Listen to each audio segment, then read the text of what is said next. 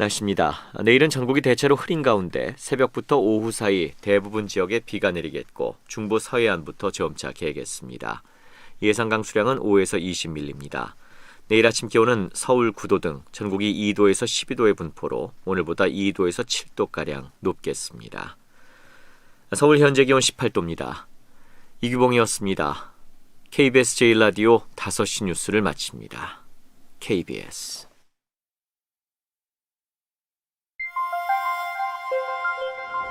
대한민국 중심 채널 KBS 1라디오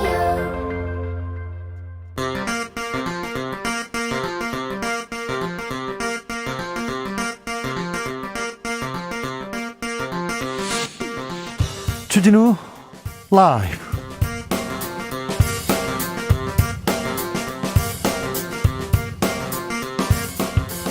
(2021년 4월 15일) 목요일입니다. 안녕하십니까, 주진우입니다.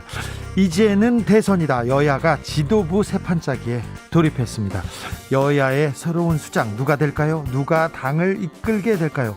더불어민주당은 당심이냐 민심이냐 선택의 기로에 놓였고요. 국민의힘은 통합이 먼저냐 자강이 먼저냐, 조금 편한 소리인 것 같습니다. 그 시절을 보내고 있습니다. 당내 속사정 좀 다른데요. 여야의 오선 의원, 안민석, 조경태 의원이 어떻게 보고 있을까요? 들어보겠습니다. 일본의 후쿠시마 원전 오염수 방출은 전 세계 인류에 대한 핵 공격이다. 전국 수산인들이 일어섰습니다. 후쿠시마 오염수 방류는 제2의 임진왜란이다. 부산, 울산, 경남도 강력히 반발합니다. 오염수 방류가 시작되면 제주도 앞바다까지는 언제 도착할까요? 어떤 영향이 있을까요? 대한민국 바다를 지키기 위한 우리의 대응, 제주연구원 좌민석 연구원과 찾아보겠습니다. 세월호 참사 내일이면 꼬박 7년이 됩니다. 7년의 낮과 밤, 그 세월이 지나는 동안 밝혀진 진실이 너무나 없습니다. 왜 침몰했을까요? 왜 구조하지 않았을까요? 우리는 아직 밝혀야 할 게 너무 많습니다. 최근 세월호 구조 실패 혐의로 기소됐던 해경지휘부 11명 모두 무죄 선고를 받았습니다. 피해자만 있는 현실, 우리는 지금 무엇을 해야 할까요? 세월호 7주기 특별대담에서 생각해 보겠습니다. 나비처럼 날아 벌처럼 쏜다. 여기는 주진우 라이브입니다. 오늘도 자중자애, 겸손하고 진정성 있게 여러분과 함께 하겠습니다. 눈부신 봄날입니다. 금같은 봄입니다. 어디서 함께하고 있습니까? 어디서 주진우 라이브 듣고 계신지 오늘 각 지역 특파원들의 소식 전해주십시오. 매일매일 선물 드릴게요. 8440님께서 자전거 라이딩 좋아해서 전주천 자전거길에 라디오 듣는 분들 많이 뵀는데요. 주진우 라이브 듣는 분들 많이 뵙니다. 진짜요? 전주천 자전거, 저는 전주천 많이 걸었었는데요. 8319님께서 원전수 방류, 미국이 찬성했는데 원전수 실어다가 미국 가까이 방류해도 찬성할까? 참, 이렇게 이권이 개입한 미국, 일본 조심해야 됩니다. 우리 잘 살아 복수합시다, 이렇게 얘기했습니다. 네. 오늘도 선물 드린다는 것도 말씀드릴게요. 주진우 라이브 365 프로젝트는 오늘도 계속되고 있습니다. 1년 365일 주라 함께하는 애청자분들 365분께 탄산수 드리고 있습니다.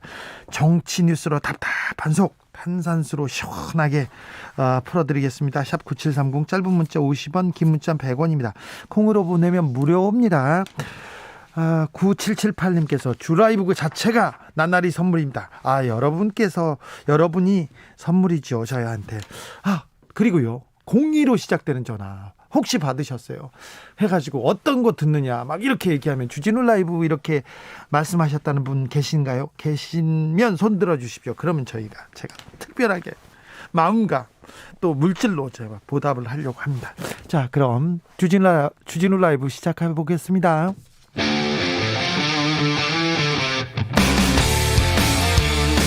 탐사보도 외길 인생 20년. 주 기자가 제일 싫어하는 것은?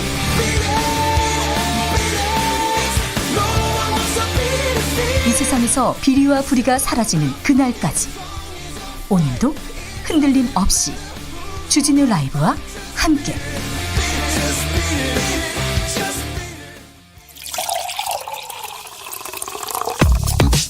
진짜 중요한 뉴스만 쭉 뽑아냈습니다. 주라이브가 뽑은 오늘의 뉴스 주스. 은지오기업 시사인 김은지 기자 함께합니다. 안녕하세요. 네, 안녕하세요. 정상근 기자가 잠시 휴가 갔습니다. 자, 김은지 기자가 저와 함께합니다. 코로나 확진자가 이틀째 700명 거의 가깝네요. 네, 오늘 0시를 기준으로 발생한 코로나19 신규 확진자가 700명에 가깝습니다. 네. 모두 698명인데요. 어제 731명보다는 줄었지만 이틀 연속 700명대 안팎이라서 4차 유행 시작된 게 아니냐 이런 우려가 나오고 있습니다. 우려가 큽니다. 특별히 수도권, 지방 할 것 없이 지금 계속 나오고 있어요. 네, 이제 특히나 사람이 많이 모여 사는 수도권에 환자가 있다 보니까요. 확산세에 대한 걱정이 더 커지고 있는데요. 국내 신규 환자 65% 이상이 수도권이라고 합니다. 네. 수도권에서는 가족 모임을 비롯해서 식당, 어린이집, 교회 이렇게 다양한 일상 공간을 고리로 한 집단 감염이 일어나고 있다고 하는데요. 네. 심지어 언제 어디서 감염됐는지 알지 못하는 환자 비율이 4명 중 1명이 넘는다고 합니다. 그래서 지금 더 걱정이에요. 옛날엔 전수조사가 잘 돼가지고 어디서 걸렸다, 어디를 통제하면 된다. 그런데 지금은 그게 잘 안 된다고 합니다. 우리나라만, 전 세계에서 거의 우리나라만 이 추적조사가 가능했는데 지금 이 추적조사가 되지 않는 비율이 높아진다고 해서 좀 걱정입니다. 백신 접종 현황도 좀 알려주세요. 네, 코로나19 예방접종 대응 추진단은 오늘 0시 기준으로 코로나19 백신을 접종받은 사람이 전날보다 6만 명가량 늘었다라고 밝혔는데요. 이로써 백신 1차 접종을 완료한 인원이 모두 128만 6천여 명에 달합니다. 아직 백신 접종 속도가 좀 더딥니다. 그런데 질병관리청에서는 지금 계산대로 생각대로 되고 있다 이렇게 얘기하는데, 그런데 백신 수급 걱정이에요. 전 세계적 걱정입니다. 그런데 국내 업체가 백신 위탁 생산한다고 정부가 발표했어요? 네, 오늘 밝혀진 내용인데요. 구체적인 국내 제약사 이름과 생산할 백신 종류는 밝히지 않았습니다. 네. 왜냐하면 기업 간 계약 사항이기 때문에 자세한 사항은 공개할 수 없다 이렇게 밝힌 건데요. 공개하면 또 주식 오르고 막 먼저 사고 그러니까요. 네, 벌써부터 주식들이 오르고 있습니다. 관련주로 꼽히고 있는 제약사주들 유력한 것들이 있는데요. 네. 거기가 널뛰고 있다라고 하는데 계약이 확정되면 공개하겠다 이렇게 밝히고 있는데,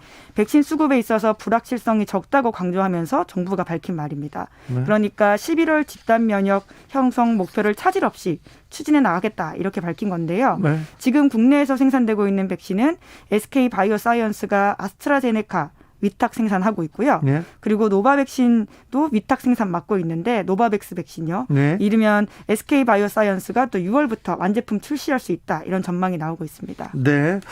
코로나 장기화로 자영업자들 매우 힘들어요. 그래서 정부가 손실보상제에 대한 논의 계속하고 있습니다. 네, 사실 좀 늦었다라는 느낌을 지울 수가 없습니다. 왜냐하면 다시금 거리두기 단계가 상향될 수 있다라는 말이 나오면서 자영업자분들의 고통이 더 커질 가능성이 있거든요.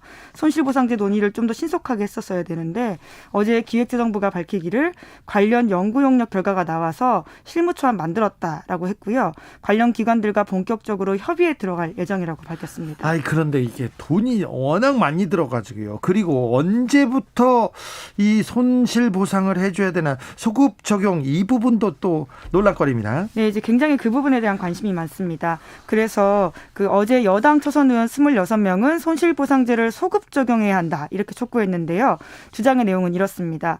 국가재정 운운하는 기재부 주장 앞에 멈칫한 채 골든타임을 계속 흘려보내는 우를 범했다라고 비판을 한 건데요. 초선 의원으로서 결기를 충분히 보이지 못해서 과거를 통렬히 반성하면서 소급 적용해야 된다 이렇게 주장하고 있고요. 이 부분에 대해서는 국민의힘 초선 의원들도 얘기가 있었다면서요? 네, 간만에 여야가 같은 목소리를 내는 모습을 보여줬습니다. 오늘 국민의힘 초선 의원 전원, 그러니까 56명인데요. 이들도 소급 적용이 반영된 소상공인 손실보상법을 4월 국회에서 처리해야 한다 이렇게 목소리 높였습니다. 더불어민주당은 당대표 선거로 지금 후끈 달아올랐습니다. 네, 당대표 선거 5월 2일로 예정되어 있습니다. 그래서 어제 오늘 출마 선언이 계속 이어졌는데요. 어제는 홍영표 의원이 출마 선언했고 오늘은 송영길, 우원식 의원이 도전 의사를 밝혔습니다. 예상대로 3파전입니다. 네, 그렇죠. 홍 의원은 출마 선언 이후에 오늘 첫 공식 일정으로는 광주 망월동 국립 5.18 민주묘지를 찾아서 참배했습니다. 어떤 표심을 노리는지 보이는 것들이고요. 또 우원식 의원은 촛불 시위가 열렸던 서울 청계광장에서 출마 선언했습니다. 네. 이렇게 이야기했는데요. 친문 비문 대회가 아니라 민생 대회 만들겠다면서 민생이란 키워드를 강조했습니다. 네. 그리고 송영길 의원은 국회 소통관에서 출마 선언했는데요. 지난 재보궐선거에서 결과에 대한 철저한 자기 반성을 통해서 개혁과 혁신만이 민주당을 살릴 수 있다라고 하면서 자기가 적임자다 이렇게 주장했습니다. 네. 국민의힘 당대표는 어떻게 돼가고 있습니까? 아직 공석이잖아요. 네, 그렇습니다. 비대위원장이었던 김종인 전 비대위원장의 자리를 비우면서 계속해서 비어있는 곳인데요. 현재 국민의힘은 당내에서 자강파와 통합파 이렇게 나눠져서 토론이 이루어지고 있다고 합니다. 네. 각자 진단하는 국민의힘이 나아가야 될 방향이 다르다고 볼 수 있는데요. 자강론자들은 당대표부터 먼저 선출하자 이런 입장이고요. 통합파는 먼저 통합하고 전당대회는 이후 이슈다 이렇게 보고 있는 거죠.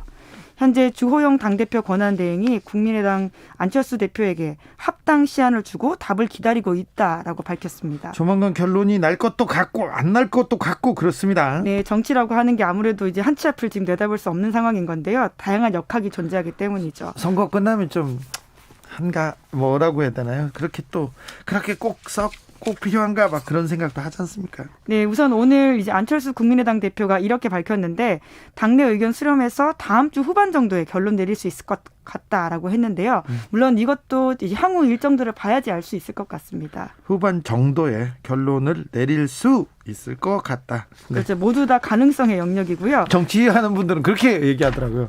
할 가능성이 보이기도 할 듯합니다. 이렇게 해가지고 계속 다 열어두고 가는 거죠. 네. 그리고요.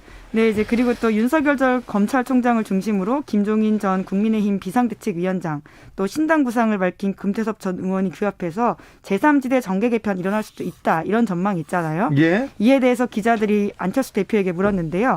그 부분에 대해서는 아는 게 없다면서 선을 그었다고 합니다. 김종인 전 비대위원장 제3지대 그 정당을 만드는 일은 조금 속도를 낼 것 같습니다. 지금 보니까 그쪽으로 가겠다는 사람들이 좀 많습니다. 제3지역이 아니라 국민의힘 주변이라고 봐야죠. 옆에 당이 하나 생길 가능성도 높다고 합니다. 예, 그러다 보니까 당대표 자리에 대한 이야기가 당장 나오지 않는 것 같습니다. 그렇습니다. 조금 국민의힘 쪽은 여유가 있어 보입니다. 병원에 입원해 있던 이재용 부회장 오늘 구치소로 돌아간다고요? 네, 이재용 부회장은 지난 1월 국정농단 사건 파기환송심에서 징역 2년 6개월 선고받고 법정 구속된 바가 있습니다. 네. 충수염, 그러니까 우리가 보통 맹장이라고 부르는 부위죠. 네. 여기에 문제가 생겨서 지난 3월 19일 병원에 입원한 바가 있는데요. 네. 응급수술을 받은 지 27일 만에 돌아간다라고 합니다. 삼성 서울병원에 아주 큰 방에 계셨습니다.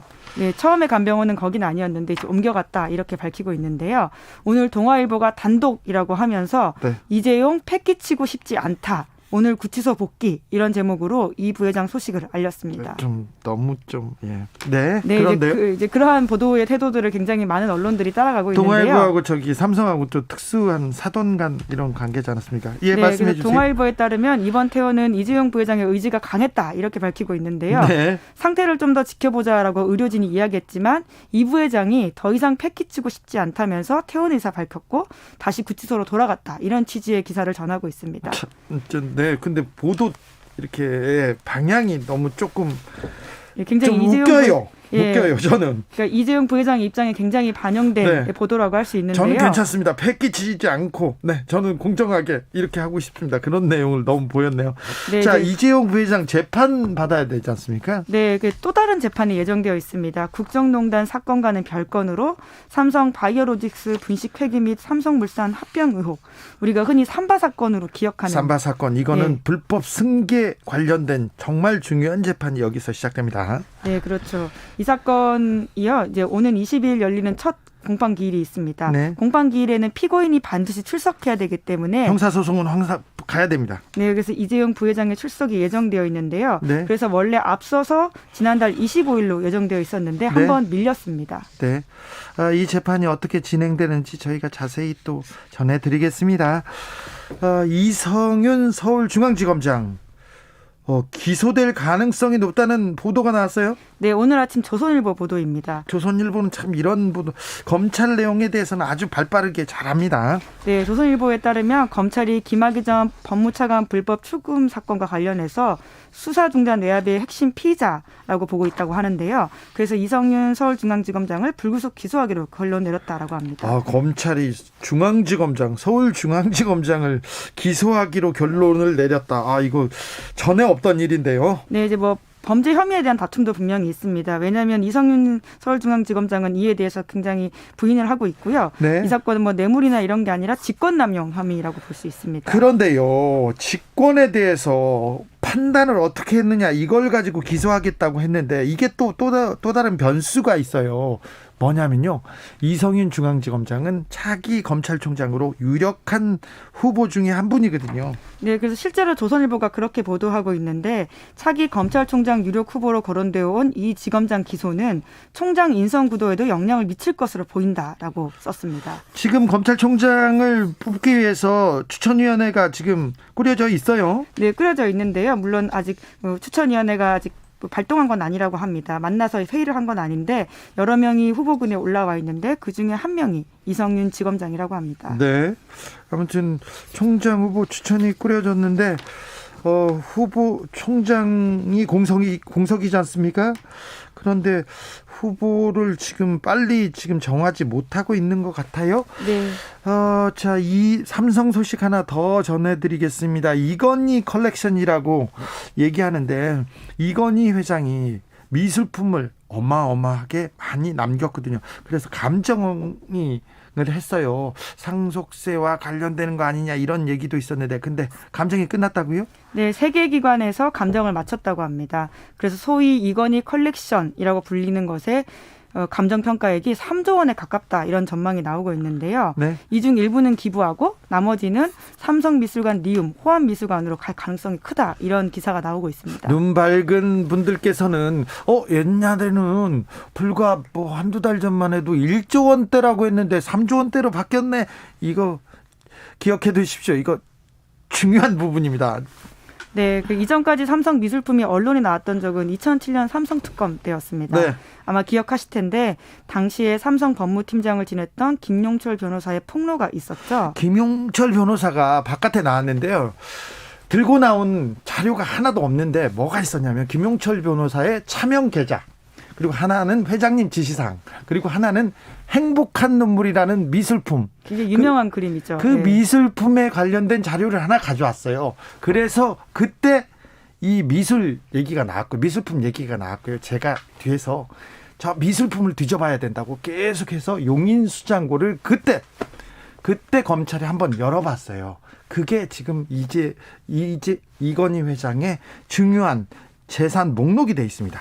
네, 그렇죠. 그러한 컬렉션이 지난해 10월 이건희 회장이 타계하면서 삼성 일가에서 내야 하는 상속세 이슈로 다시 불거지게 됐습니다. 네. 그러니까 이건희 회장이 남긴 주식이 19조 원 정도 된다고 하고요. 네. 그리고 이러한 미술품, 부동산, 현금 다 합쳐서 한 23조 정도 규모라고 하는데요. 네. 그러니까 상속세만 해도 12조에서 13조 될지도 모른다고 하기 때문에 이번 미술품 물납제가 굉장히 좀 관심을 끌고 있습니다. 네. 납부 기한이 이달 30일까지라고 하는데 어떤 식으로 결론이 내려질지 눈길을 모으고 있습니다. 삼성이 돈이 없는 건 아닐 거예요. 삼성가에서. 그런데 주식을 팔아서 세금을 내면 지분 관계가 복잡해지고 안 그래도 아주 작은 지분으로 지금 삼성을 지배하고 있지 않습니까? 그래서 미술품으로 대신 세금을 내고 싶어 하는 게 삼성의 지금 생각인데요. 언론에서 그래서 이런 기사가 많이 나오는 겁니다. 처음에는 1조 원대라고 했는데 지금 3조 원대가 됐습니다. 왜 그런지 나중에 조금 알게 될 거예요. 그런데요, 뜬금없이 남양유업 기사가 막 나왔어요. 주식시장도 출렁거렸다고요? 네, 불가리스가 코로나 바이러스에 효과가 있다 이런 연구 결과 나왔다고 남양유업이 지난 13일에 밝혔습니다. 잠시만요. 유제품, 예. 요구르트 불가리스요? 네, 이제 그러다 보니까 이 해당 제품 판매가 급증하면서 남양유업 주가도 움직였다라고 하는데요. 하지만 낭암유업이 밝힌 연구는 손 소독제의 코로나 바이러스 억제 효과 실험과 비슷한 것뿐이라고 합니다. 그러니까 자칫 이것만 먹으면 코로나19를 예방할 수 있는 것 같은 오해를 줬기 때문에 문제가 되고 있는데요. 이거 과장 광고인데요. 네, 질병관리청에서도 경고를 했습니다. 이것이 굉장히 문제가 있다라고 선을 그었는데요. 이렇게 광고하면 안 되죠. 네, 하지만 이미 남양유업 관련 주가는 이틀 동안이나 14.4% 뛰었다라고 하고요. 네. 또 게다가 이런 보도를 검증 없이 하는 언론의 책임도 제가 봤을 땐 좀 커 보입니다. 아, 그렇죠. 이거 주가 조작까지는 아니지만 이거 주가 뻥튀기고 이거 작전일 수도 있습니다. 이런 건 또 건강 관련된 거지 않습니까? 남양유업 이렇게 하면 안 됩니다. 근데 이걸 또 그대로 써준 언론 더 나빠요. 네, 문제예요. 바이든 미국 대통령이 주독 미군을 주한이 아니죠. 독일에 거주하고 있는 미군을 늘리기로 했다고요? 네, 그렇습니다. 그러니까 우리가 완전 그 AB 옛날에 C라는 이야기가 있었는데요. ABT라고 할 수 있죠. 트럼프 대통령이 했던 정책을 다 뒤집는다라고 볼 수 있는데요. 네. 트럼프 대통령은 그런 미군의 이야기들을 다 돈으로 환산해서 이것을 줄이겠다라는 행보였거든요. 그러니까 외국에서 미군이 주둔하는 거 돈 안 돼. 그래서 줄이겠다 이렇게 했었죠. 네, 그런데 이걸 다 뒤집고요. 바이든이 다시 500명 정도의 미군을 독일에 증원하겠다라고 밝혔습니다. 그래서 증원 병력이 올가을 파병될 예정이고요. 아무래도 이러한 계획들이 한국엔 또 어떤 영향을 미칠지 관심을 모으고 있습니다. 그렇죠. 한국에도 주한미군도 뭐 철군하겠다 뭐 그런 얘기도 있었는데 어찌 될지 한번 지켜보겠습니다. 주스 시사인 김은지 기자와 함께했습니다. 잘하죠? 네. 감사합니다. 감사합니다. 2384님께서 자영업자입니다. 저도 충수염 수술, 맹장 수술했는데요. 먹고 살기 위해 4일 만에 퇴원했는데 재벌 총수는 헐 얘기합니다. 네, 그러게요. 3월 19일 날 병원에 갔다고 했던 것 같은데 좀 계셨죠? 노형룡님께서는 100만 원어치 술 마신 검사, 나쁜 사람 출국금지 시킨 검사 누가 더 나쁜 건가요? 누가 더 나빠요? 이렇게 물어봅니다. 8855님께서 주 기자님 당진입니다. 당진인데요. 시내버스 270번에서 줄라이브 틀어놓으셨어요. 깜짝 놀랐습니다. 당진 줄다리기 축제로 유명한 곳입니다. 아, 당진에 줄다리기 축제가 있었어요. 그럼 모르셨죠? 저도 엊그제 알았어요. 임건님께서 제주도 4.16 기억조정소에서 주진우 라이브 듣고 있습니다. 세월호 7주년을 앞두고 문화행사도 열리고 있고요.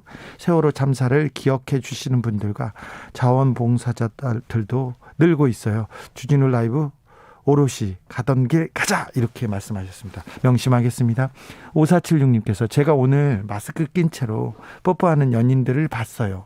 정말 애처롭더라고요. 코로나 빨리 없어져서 연인들 마음껏 애정 표현할 수 있으면 좋겠네요. 네. 그렇습니다. 네, 그랬으면 좋겠습니다. 교통정보센터로 가보겠습니다. 김민희 씨. 5시를 넘어서면서 정체가 빠르게 늘었습니다. 경부고속도로 부산 쪽으로는 한남부터 양재 사이와 또 신갈분기점에서 수원 사이로 정체되고 이후로는 쭉 수월하다가 영남권에 진입해서는 통도사 휴게소 부근에서 사고가 났습니다. 1차로를 막고 화물차 관련 사고를 처리하고 있어서 이 일대 2km 구간에서 정체 심합니다. 반대 서울 방면으로는 안성 휴게소에서 오산 사이와 기흥동탄에서 수원 부근, 다시 판교분기점 일대와 더 가서는 달래내고개부터 반포 사이로 더디게 지납니다. 서울 양양고속도로 양양 쪽으로 양양분기점 부근 2차로에서는 낙하물을 처리하고 있습니다. 서울시내 내부순환로 성산대교 쪽으로 기름램프 부근에서는 사고가 있었던 만큼 마장램프부터 정체 심해졌는데요. 이 구간 지나는 데만 20분 가까이 걸리고 있습니다.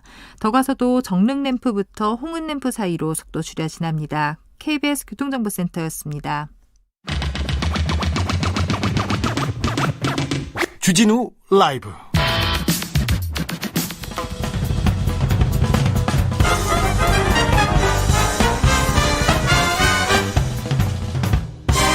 훅 인터뷰. 모두를 위한, 모두를 향한, 모두의 궁금증 훅 인터뷰. 후쿠시마 원전 오염수를 그냥 바다에 버리겠다, 일본의 결정 이후에 반발하는 목소리 계속 나오고 있습니다. 일단 오염수 방류가 시작되면 우리 동해바다, 부산 앞바다, 제주도 앞바다, 그냥 흘러오게 돼 있어요. 이걸 어떻게 해야 할까요? 일본의 만행 어떻게 막아야 할까요? 대응책도 강구해야 되는데 다각도로 좀 짚어보겠습니다. 제주 연결합니다. 좌민석 제주연구원 책임연구원, 안녕하세요. 예, 안녕하십니까. 제주연구원의 좌민석입니다. 네, 원전 오염수를 바다에 버리겠다고 결정했습니다. 일본 정부가 끝끝내. 일단 연구원님, 예. 후쿠시마 오염수 방류 결정 예상하고 있었을 텐데 소식 듣고 어떠셨어요? 예, 먼저 이건 아니다라는 생각을 했습니다. 왜냐하면 오염수를 방류하게 되면 우리나라에 유입되기 전에 먼저 그 자국 내 해양 생태계 변화뿐만 아니라 네. 수산업에 종사하는 수산업계 그리고 일본 주민들이 먼저 피해를 보거든요. 이러한 이유에서라도 방류 결정을 철회해야 하지 않나 생각하고 있습니다. 이건 아니다 이렇게 생각하셨군요. 예, 맞습니다. 아니 근데 스가 총리가 작년부터 오염수 바다에 버리겠다 이렇게 계속 얘기했었지 않습니까? 예. 그런 이 결정을 내린 이유가 뭡니까? 예, 그 일본에서 올해 7월 23일에 올림픽이 개최가 되는데요. 네. 방류 결정을 서두른 이유는 그 내년 10월이면 저장 탱크가 가득 차고 방류 준비 기간을 고려할 때 2년 뒤에나 실행할 수 있기 때문입니다. 그리고 도쿄 올림픽이 끝나고 오염수 처분 결정을 내리면 가을로 예상되는 중의원 해상과 총선거에도 악영향을 미칠 것으로 예상했기 때문이라고 생각을 하고 있습니다. 그런데요, 올림픽을 앞두고 우리나라는 올림픽 앞두고 우리나라 사람들 같으면 이런 큰 행사 앞에 두고 이렇게 오염수를 버리고 그런 일을 안 할 것 같은데 이런 얘기도요. 그런데 일본에서는 조금 올림픽 때 우리가 원전에서 안전하다 이런 메시지를 좀 던지고 싶었던 건가요? 예, 그런 것 같습니다. 네, 그런 것 같습니까? 일단 바다에 버린다. 조금 그 다른 기술을 쓰고 고체로 만들어서 하고 그러면 처리하고 그러면 좀 환경 오염 그다음에 오염에서는 좀 멀어질 것 같은데 왜 이런 방법은 생각 안 했을까요? 그 방사성 오염수 방류는 네, 해양 방류 외에 네, 그 대기 방류, 전기 분해 방류, 지하 매설도 가능합니다. 아, 네. 하지만 다른 방법은 그 예산이 많이 투입되기 때문에 해양 방출을 결정하지 않았나 그렇게 생각을 하고 있습니다. 아, 참 돈 때문인데 결국 돈 때문인 것 같은데 일본에서는요. 일본 말고 다른 나라도 그 원전 오염수 바다에 방출하고 있다. 한국이나 중국도 방출하고 있다. 이렇게 얘기하는데 이건 사실인가요? 그것은 사실이 아닙니다. 아니에요. 예. 그 우리나라나 다른 국가에서 바다의 방출이 이루어지고 있다고 하는 것은 네. 냉각수를 말하는 것인데요. 네. 그 냉각수에 대해서 쉽게 설명드리도록 하겠습니다. 네. 그 아기에게 먹일 우유병이 뜨거워지면 네. 그 차가운 물로 식혀야죠. 식히잖아요. 네, 식혀야죠. 그런 개념입니다. 아, 예. 그 방사성 물질이 들어있는 벽이 뜨거워지기 때문에 네. 이를 식히기 위해서 네. 바닷물을 끌어올려서 벽을 식히고 방출하는 것이 냉각수입니다. 아, 냉각수고 일본에서 네. 방류하겠다는 오염수는 그러면 어떤 물질인가요? 예, 그거는 음. 이미 방사능에 오염된 오염수를 말하는 것입니다. 그렇죠. 그러면 우리가 지금 방출하고 있는 그 냉각수하고는 아예 비교 대상이 안 될 정도 안 되네요. 예, 비교 대상이 안 되는 겁니다. 그러네요. 예. 자, 일본에서 오염수를 해양에다가 바다에다 버린다면, 바다에 방류한다면 우리나라에는 어떤 영향을 미칠 거라고 예상하십니까? 예, 먼저 오염수를 방류하면 네. 해류를 따라서 제주도뿐만 아니라 우리나라 연안으로 유입될 것입니다. 예. 오염수가 유입되면 해양 생태계에 영향을 미칠 뿐만 아니라 우리나라 국민들이 수산물 기피 현상이 발생하면서 수산업계 종사자들에게 막대한 영향을 미칠 것이라고 생각합니다. 네. 또 시기에 대해서 물어보셨는데요. 네. 아직까지 우리나라에서는 정확하게 언제쯤 유입되고 얼마나 유입되는지에 대한 연구가 없습니다. 네. 왜냐하면 일본에서 방류하는 방류량과 방류 지점, 즉 표층이냐 심층이냐에 대한 정보를 확실하게 공개를 하고 있지 않습니다. 네. 또 방류의 시기나 바람, 해류 속도, 그렇죠. 수온, 염분 등 다양한 변수 등이 먼저 파악되어야 한다고 생각합니다. 네. 연구원님, 그러면 만약에 해양에 방류하면 후쿠시마 앞바다에다 버리는 겁니까? 일단은 먼저 후쿠시마 앞바다에서 방류를 하는 것입니다. 혹시 뭐 거기 그 오염수 탱크를 갖다가 다른 데서 버리지 않을까요? 저는요, 일본이 계속 약속을 안 지키고 있고 오염수 방류에 대해서 지금 그 데이터도 내놓고 있지 않아서 좀 믿을 수가 없어요. 지금까지 조금씩 바다에 오염수를 버리고 있을 가능성은 없나요? 조금씩 버릴 수 있는 가능성은 있다고 저는 생각을 하고 있습니다. 아, 그렇죠. 예. 그리고 다른 동네에다가 버리면 어떡해요? 그래서 동해나 제주도로 더 빨리 오거나 더 많은 영향을 미치려고, 아니면 일본에서 이 후쿠시마 앞바다에다가 버리면 도쿄 앞바다 쪽으로 이렇게 흘러가지 않습니까? 먼저. 예. 그러니까 그걸 피하기 위해서 다른 동네에다 버릴 가능성이 좀 있을 것 같습니다.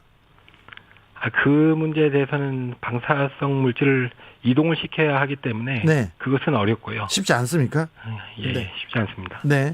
자, 크로시오 해류, 크로시오 난류인가요? 이 해류를 타고 흐를 가능성이 높다고 하는데, 이 해류가 그러면 어디로 이렇게 경유해서 한국에 오게 됩니까? 예, 일단 후쿠시마는 일본의 동쪽에 위치하고 있기 때문에 네. 후쿠시마 해역에 흐르고 있는 쿠로시오 해류를 따라서 먼저 일본, 미국, 적도를 거쳐 아시아로 되돌아온 후 대만 한류에 편승되어 제주 및 우리나라로 이동하게 됩니다. 그냥 제주 쪽으로 직행해서 올 가능성은 없습니까? 괜찮습니까? 그거는 미세한 해류도 존재하기 때문에 아직 네. 정확하게 뭐라고 말씀드리기는 어려울 것 같습니다. 아, 그렇군요. 제주도에는 어떤 영향을 끼치리라고 예상하고 있습니까? 일단 먼저 방사능 오염수가 유입되게 되면 수산업계에 상당한 영향을 미치겠죠. 예. 제주도 인근 해역에서 많은 수산 생물들이 어획이 되는데 네. 방사능 오염수가 유입되게 되면 일단 우리나라 국민들이나 제주 도민들이 수산물 섭취를 기피할 것으로 생각을 하고 있습니다. 네, 그렇죠. 벌써부터 좀 걱정이 됩니다. 그런데 방사능 오염수에 피폭된 해양 생물 구분이 가능합니까? 이렇게 또 검사하면 나옵니까? 예, 눈으로는 구별하기가 어렵고요. 예. 방사능을 측정하는 기구를 이용해서는 일일이 측정을 해야 하고 그러면 측정은 할 수 있습니다. 아, 그래요? 연구원님, 저는 또 일본에서 수입되는 수산물 있지 않습니까? 또 예. 믿을 수가 없어요. 이게 후쿠시마산이다, 어디에서 잡았다, 이것도 지느러미에 써놓는 것도 아니지 않습니까? 예, 아닙니다. 그죠? 예. 일본에서 들어온 수산물이 지금 일본에서 안 왔다 국내산으로 둔갑해가지고 팔리기도 하지 않습니까? 예, 그 부분에 대해서는 저는 잘 모르겠습니다. 그래요? 일본 전역에서 생산된 수산물 전면 수입 금지해야 되는 거 아닙니까? 이런 필요성은 어떻게 보시는지요? 일단 저는 당연히 수입 금지해야 된다고 생각합니다. 네. 일본에서 방사성 오염수를 방류하게 되면 네. 그 지역에 서식하고 있는 수산 생물들이 이동을 할 것이고 그렇죠. 이동하면서 방사성 오염수에 피폭될 것입니다. 네. 그리고 피폭된 수산물을 우리나라 국민들이 섭취하면 네. 인체에 쌓여 각종 암 등을 유발할 수 있기 때문에 네. 전면 수입 금지해야 한다고 생각을 하고 있습니다. 그렇습니다. 후쿠시마 거기에 지역구가 있는 것도 아니잖아요, 물고기가. 예. 제주 인근에서 잡히는 수산물은 괜찮을까요? 제주 어민들 걱정이 클 것 같습니다. 만약에 방사능 오염수를 방류하게 되면 제주 연안에도 유입이 되기 때문에 네. 당연히 피해가 클 것이라고 지금 생각을 하고 있습니다. 아, 그래요? 제주도에서는 어떻게 대응 방안을 어떻게 마련하셨어요? 예, 저는 일단 단계별 대응 방안으로 1단계부터 4단계까지 제시를 하였는데요. 네. 1단계는 해양수산부가 운영하는 감시 체계를 이용한 모니터링 강화와 예. 자료 공유, 네. 그리고 2단계는 제주도 자체적으로 상황반 설치, 유관기관 협조, 수산물에 대한 감시 강화, 네.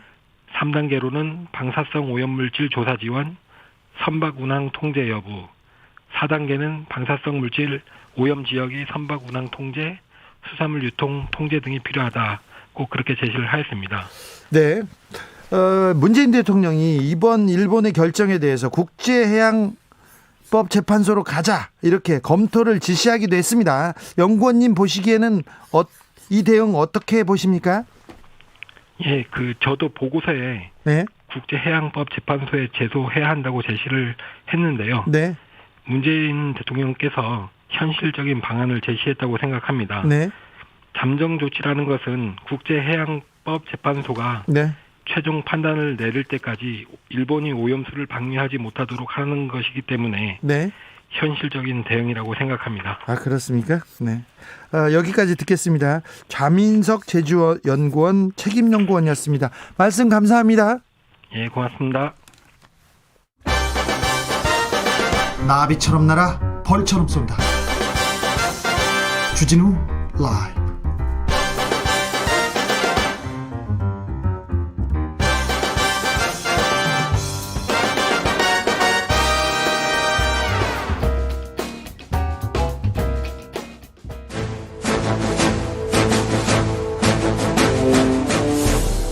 때는 2021년 여야의 오선 의원 둘이 훗날 태평성대를 위해 큰 뜻을 도모하였느니라. 오선의 지혜와 품격으로 21대 국회 정치를 이끈다. 오선의 정치비책 정비록. 소년급제 하지만 줄서기 정치 거부해왔습니다. 대한민국 국회를 이끄는 쌍두마차입니다. 먼저 수도권 내리오선 안민석 더불어민주당 의원 어서 오세요. 네, 안민석 의원입니다. 그리고 영남권 내리오선입니다. 조경태 국민의힘 의원 어서 오세요. 네, 안녕하십니까. 네. 후쿠시마 오염수 방류 문제 부산에서도 심각하게 생각하고 있죠. 네, 전체적으로 국민의 안전에 대해서는 다들 부산 시민뿐만 아니라 다들 염려를 많이 하고 있는 것 같습니다. 네. 후쿠시마 문제는 지금 많은 분들이 이야기를 하고 있고요. 네. 제가 먼저 내일은 세월호 7주기가 되는 날입니다. 네. 우리 아이들이 생태 같은 아이들이 그렇게 참사를 당했는데 네. 7년이 지나도록 왜 배가 가라앉는지 진실을 규명하지 못하고 있습니다. 예. 이게 좀 매듭을 좀 줘야 될 것 같아요. 그렇죠. 예, 그래서 이제 물론 저희 여당이 또 노력이 소홀한 것도 반성을 하지만 네. 사실 이 문제가 해결되지 못한 본질은 야당이 협조하지 않거나 야당이 방해했기 때문이라고 저는 이제 보고 있습니다. 예.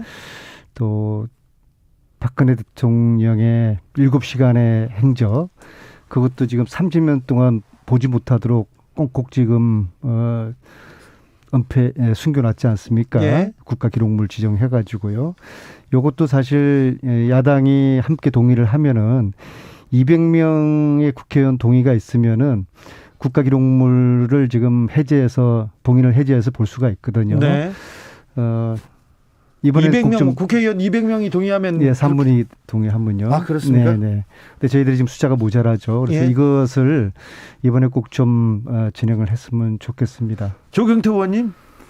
글쎄요, 7시간에 이런 부분이 상당히 저는 꼭 공개해야 될 부분이 있다면은 공개하는 것도 나쁘지 않다라고 봅니다. 다만 이제 그동안에 이제 세월호에 대한 참사가 안전 불감증에서 비롯된 문제인데, 문재인 대통령은 안전에 의해서 단 한 사람의 희생자가 생기지 않겠다라고 국민과 약속을 했음에도 불구하고 여전히 안전에 대한 부분이 안전에 의해서 많은 희생자들이 좀 생겨나고 있거든요. 그런 부분에 대해서는 우리가 더불어민주당도 저는 좀 더 국민의 어떤 안전 사고가 발생하지 않도록 하는 데 대한 좀 경각심을 우리 정부에다가 좀 더 촉구도 하고 네. 그렇게 함으로써 더 이상 그런 아픈 어떤 그런 역사들이 반복되지 않도록 했으면 좋겠다 이런 생각을 합니다. 우리 두 오선 의원과 함께 하고 있습니다. 모든 질문에 대해서 답변이 우리가 부족하고 우리가 더 잘해야 됩니다. 다만 저기가 더 잘못했습니다. 이 얘기가 이게 좀 주로 좀 이렇게 되는데요. 본격적으로 코너 시작하기 전에 신상 발언 시간 드리겠습니다.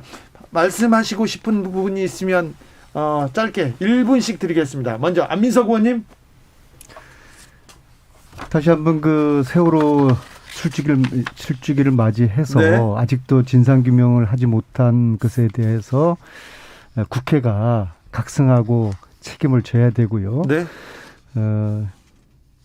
이거 빨리 진상규명을 하자. 자, 세월호 그래서 진상규명하자. 아직도 수학여행에서 돌아오지 못한 우리 네. 아이들의 그 영혼을 위로하고 네. 또 유족들의 한을 풀어드리자. 네. 그 말씀을 다시 한번 꼭 드리고 싶습니다. 이 부분에 대해서는 부탁드리겠습니다. 네, 조경태 의원님. 저는 그래서 문재인 정권이 탄생을 했는데 네. 저는 문재인 정권 4년 동안에 과연 그런 진상 규명을 하지 않고 뭘 했는지 저는 그걸 자꾸 야당 탓으로 돌리는 것 같은데요.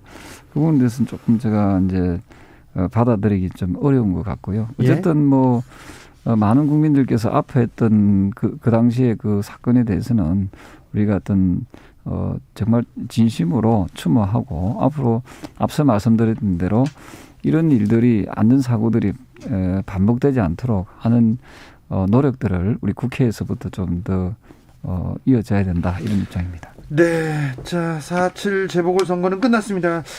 청와대와 내각은 개각을 하겠다고 개각 폭이 매우 크다는 얘기가 있는데 이번에 안 의원님 입각 얘기 제가 먼저 들어도 됩니까? 저는 그냥 하루하루 네. 성실히 살아가고요. 네. 그리고 이번에 장관 안 가시려고요? 피한다는 얘기가 있습니다. 아닙니다. 저는 이번에는 이제 마지막 그 집권 후반기 그리고 이제 가장 지금 필요한 것이 민주정부의 재집권 이것을 위해서 제가 할 수 있는 역할을 헌신하겠다는 그런 생각이고요. 네. 그리고 사실은 이제 저는 그동안 의정 활동을 하면서 문화, 체육, 교육 이 부분에 나름대로의 집중력 있게 전문성을 쌓아왔기 때문에 이번에는 제가 갈 그런 룸은 그런 기회는 아닌 것 같습니다. 이번에는 네, 알겠습니다. 자, 민주당에서는 대표를 지금 뽑고 있습니다. 원내대표는 곧 정해지고요. 또 당대표 선거도 있는데 어찌 보십니까? 어찌 예상하시는지요? 일단 지금 우리가 지난 4.7 보궐선거를 통해 가지고 국민들로부터 강한 해초를 맞았지 않습니까? 그리고 큰 위기라는 인식은 다 공감을 하고 있어요. 네. 큰 위기를 맞았으니까 이제 큰 변화가 필요한 거겠죠. 네.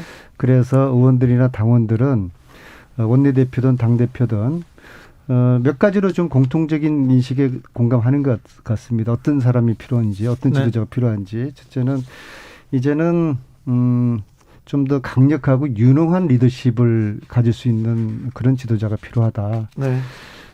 여기는 다 공감하는 것 같습니다. 그래서 내일은 이제 원내대표 선거가 있는데요. 네. 두 차례 토론을 통해 가지고 이제 두 분 후보의 윤호중, 박완주. 네. 그런 이제 정책 검증 좀 마쳤고요. 이번에 좀 특이했던 것이 유튜브로 공개를 했기 때문에 다수의 많은 당원들이 함께 두 후보에 대한 차별을 검증을 할 수 있었고요. 그런데 이제 누가 될 것이냐 굉장히 좀 오리무중입니다. 왜냐하면은 전체 국회의원의 저희 여당 의원들의 절반 정도가 초선 의원입니다. 그 초선 의원 분들은 코로나 때문에 의총을 한 번도 안 해가지고 대면 의총을 안 했기 때문에 화상 의총만 했기 때문에 자기들끼리도 잘 몰라봐요. 네. 그래서 이 초선 의원들의 초심, 진짜 초심이네요. 네, 이 초심이 어디로 향할지 그것이 참으로 오리무중입니다. 원내대표가 누가 되느냐에 따라서 국회위원회 구성, 원위원회 구성 달라집니까? 아닙니다. 그렇지 않습니까? 그 국회의원회 상임위원회 임기는 2년이고요. 지금 뭐 법사위원장을 내놓으라. 아마 이제 국민의힘에서 이번 선거에 이겨서 이거 역시 저는 이제 기고만장하고 이제 오만의 발로라고 보는데요. 이게 임기가 이제 국회 이 뭐 거의 규칙이죠. 네. 예, 룰인데 2년으로 정해져 있어요. 네. 근데 이제 지금 왜 우리가 상임위원장을 지금 다 갖고 있느냐? 네. 이게 작년에 야당에서 법사위원장을 주지 않으면은 나머지 자기들이 안 받겠다고 가져야 될 했죠. 6개도 하나도 안 받겠다고 해가지고 국회는 불러야 되고 그래서 저희들이 지금 법사위원장을 포함한 모든 상임위원장을 갖고 있는 것이고요. 미국 의회 같은 경우에는 다수당이 전 상임위원장을 독식하는 또 그런 구조가 돼 있어요. 예. 이제 장단점이 있는데 이 독식 구조가 반드시 부정적인 것은 아니다. 뭐 저희들이 책임지는 거죠. 그리고 거기에 대한 책임으로 저희들이 이번에 해초를 강하게 맞았는데 야당이 선거에 이겼다고 그래가지고 이걸 다시 다 내놓으라라고 하는 것은 좀 앞뒤가 안 맞고요. 근데 이제 국민의당의 입장이 뭔지를 정확하게 아직까지 모르겠어요. 국민의힘. 네. 그런데 오늘 그 원내대표 후보 토론회에서 두 분의 후보들께서 똑같은 입장을 밝히셨습니다. 법사위원장 자리는 내놓을 수가 없다. 그렇기 때문에 이건 굉장히 좀 혼란한 과정이 될 것 같습니다. 네, 저는 정치라는 것이 이제 여야가 서로 합의하고 또 양보하고 또 타협하는 게 또 민주주의의 정신이기도 하고 그게 의회 민주주의가 그동안 그래 이어져 왔었습니다. 사실은 뭐 잘 아시다시피 18대 국회 때는 민주당이 81석이었습니다. 범한나라당계가 한 180석 이상 됐을 때 그때 그 민주당의 법사위원장 자리를 지금 국민의힘이 양보를 했었죠. 그래서 저는 원만한 그 의회가 굴러가려면은 그 소수당에 대한 배려가 저는 반드시 필요하다는 겁니다. 저희들이 만약에 그 다수당이 되었을 때도 저희들은 그렇게 할 겁니다. 그래서 저는 이번에 국민들께서는 문재인 정권 더불어민주당이 이 독주하지 말라는 그런 일종의 경고의 메시지다 이렇게 보고 있거든요. 따라서 이번에 뭐 자리가 뭐가 그리 중요하겠습니까, 그죠? 그래서 조금 더 큰 정당에서 좀 작은 정당에 대해서 배려해주고 과거에 제가 내용을 말씀드렸지만은 과거에 해왔던 그런 서로와 양보하는 그런 미덕을 가지고 저는 원만한 원구성이 되기를 진심으로 바랍니다. 제가 이제 조경태 의원님하고 지금 한 4개월째 이 프로를 하지 않습니까? 네. 그 말씀하시는 그 묘한 특징이 있어요. 네. 긴 듯 하면서 아니고 이렇게 좀 이야기를 꼬면서 말씀하시는 걸 끝까지 들어봐야 돼요. 그러니까 지금의 요지는 뭐냐 그러면은 법사위원장 달라는 거예요. 근데 그 표현은 절대 안 하세요. 아니, 정치적으로. 근데 이 말씀을 점잖게. 들어보면은 저게 법사위원장 달라는 거구나. 그런 거죠, 정대 의원님.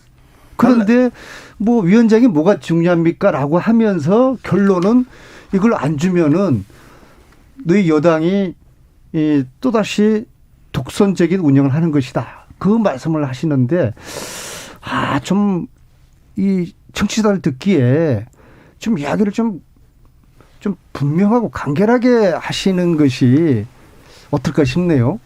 글쎄요, 청취자분들이 다 들으실 수 있는 부분이니까 알아서 판단하시겠죠? 너무 우리가 이런 좋은 프로에 나와서 우리가 정정하는 모습은 바람직하지 않는 모습이기 때문에 상대방을 좀 존중하는 뜻에서 제가 조심스럽게 말씀드리는 거지만 어쨌든 우리 당 입장에서는 우리 당 입장에서의 그 요구에 대해서 저는 좀 더 많이 의석을 가지고 있는 훨씬 더 많은 의석을 가지고 있는 민주당에서 좀 양보하는 양보해라. 모습이 그러니까 법사위원장 달라고 하세요. 네. 양보하라는 거예요. 자, 그런데 민주당에서 그건 안 됩니다. 그건 안 됩니까? 네, 그렇죠. 그리고 그는 이미 저희 당 의원들의 다수와 지금 원내대표 후보 두 분께서 분명하게 입장을 밝히셨어요. 자, 그러면은 법사위원장은 안 돼 이렇게 얘기합니다. 그러면요, 국민의힘은 어떻게 합니까? 위원장을 중요한 거 아니라면서요. 안 되면 안 되는 거죠. 안 되면 안 되는 거고 그거는 이제 끝까지 한번 들어보세요. 국민들께서 잘 판단하실 거라 이렇게 보고 있습니다. 그래서 네. 굳이 상반기에 원 구성에 있어서 어쨌든 좀 원만한 합의가 전 개인적으로 좀 더 많이 가지 있는 정당에서 하는 게 좋은데 만약 이것이 뭐 뜻대로 안 이루어진다 해가지고 거기에 대해서 뭐 과거처럼 그 우리 당에서 네. 국민의힘에서 왜 안 주냐 하고 네. 이렇게 크게 뭐 이렇게 분노하거나 뭐 그러지는 않을 거라 저는 그런 당내 분위기를 제가 조금 전해드릴 수 있습니다. 그러면 아예 달라고 하지 마세요. 네. 일단 협상을 하는 거니까 어쨌든 그 새로운 지도부 구성되면은 또 원 구성에 대해서 협상은 또 당연히 하는 거고요. 네. 그럼에도 그 점에서 불구하고 달라고 하실 거죠. 그래서 제가 원내대표가 아니니까 잘 모르겠는데 8237님께서 네. 20대 국회 여상규 법사위원장 국회 어떻게 했나요? 두 번 다시 그런 독선적 운영 보고 싶지 않습니다. 얘기했고요. 1798님 과거 민주당이 야당 시절에도 법사위원장 민주당이 했습니다.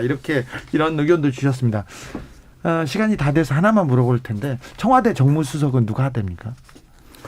지금 이철희 전 의원으로 거론되고 있고요. 그 이철희 전 의원은 오래전부터 그분이 청와대 하고 싶었죠. 정치 이제 평론가로서 자기는 청와대 정무수석의 꿈을 네, 오래전부터 이야기를 얘기했죠. 해왔어요. 네. 되십니까? 보통 청와대에서는 이미 정리가 된 걸로 알고 있습니다. 청와대에서는 보통 이렇게 임명하기 전에 언론을 통해서 이렇게 불거졌을 경우 그럴 때 굉장히 임명권자가 싫어한다고 이렇게 들었는데 될까요? 지금은 뭐 사실상의 네. 결정이 된 것으로 보면 될 것 같습니다. 그래요. 안 됐을 가능성도 있다는데요. 아, 그래요? 제가 네. 어제까지는 아니 거의 대부분 내정됐다고 분명히 이렇게 들었는데요. 보도를 했는데 아, 그래요? 네, 발표되기 전에 되셔가지고 또 이번에 들어가지 않으세요? 의원님은? 어디를 들어갑니까? 내각에. 저희는 잠시 쉬었다가 6시에 정비로 이어가겠습니다. 잠깐 안 가세요?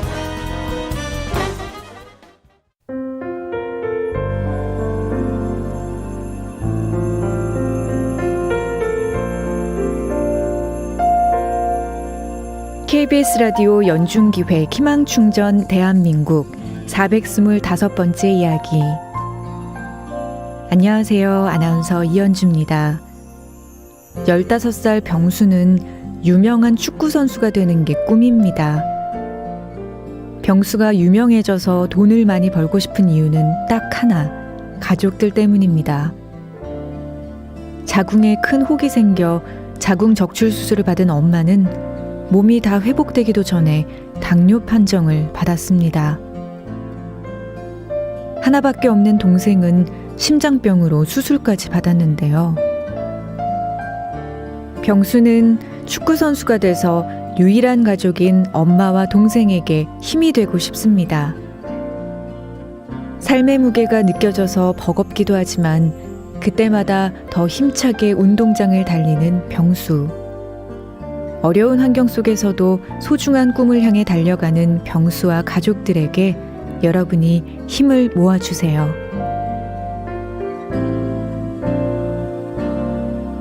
코로나19 여파로 사례자와 취재팀의 안전을 위해 사연으로 대신 전달합니다. 여러분의 따뜻한 손길이 희망의 빛이 됩니다. ARS 060-700-1580 060-700-1580 한 통화 3,000원으로 희망을 선물해 주세요. KBS 라디오 연중기획 희망충전 대한민국은 초록우산 어린이재단, 인탑스 주식회사 그리고 청취자 여러분과 함께합니다. ARS 060-700-1580 한 통화 3,000원입니다.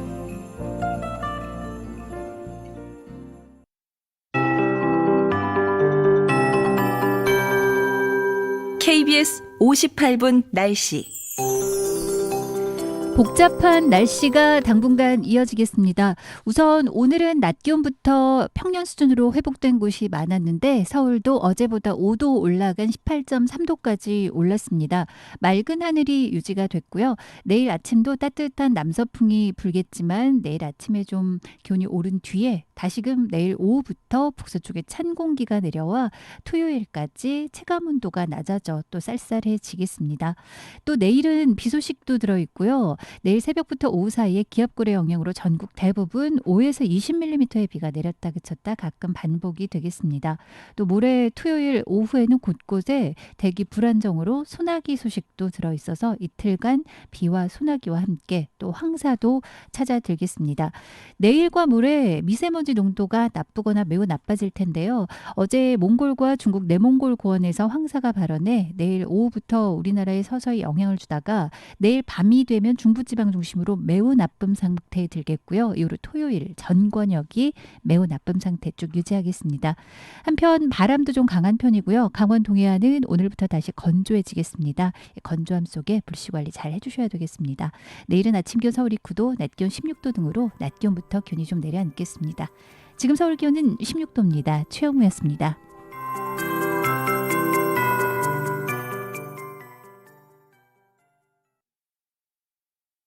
정성을 다하는 국민의 방송 KBS가 6시를 알려드립니다. AM 711kHz, FM 97.3MHz, KBS 1라디오입니다.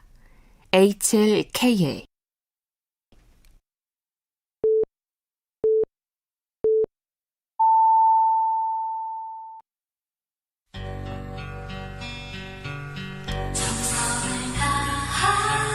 정성을 다하는 국민의 방송 KBS 주진우 라이브. 그냥 그렇다고요. 주진우 라이브 2부 시작됐습니다. 라디오 정보센터부터 다녀올까요? 조진주 씨.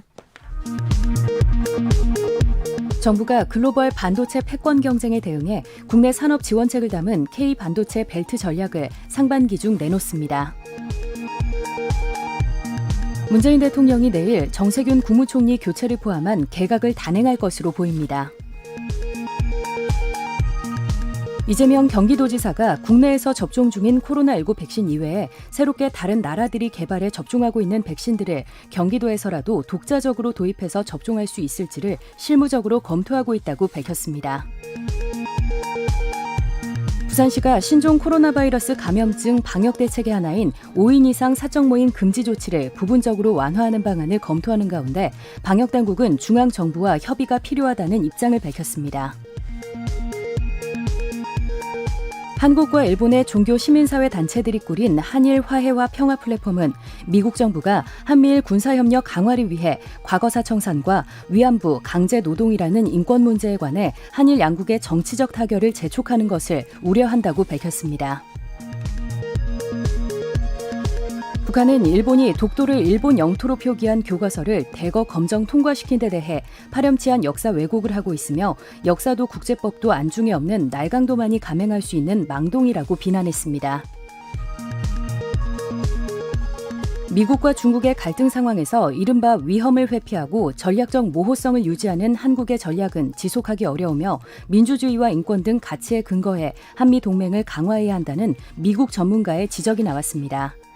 지금까지 라디오 정보센터 뉴스였습니다.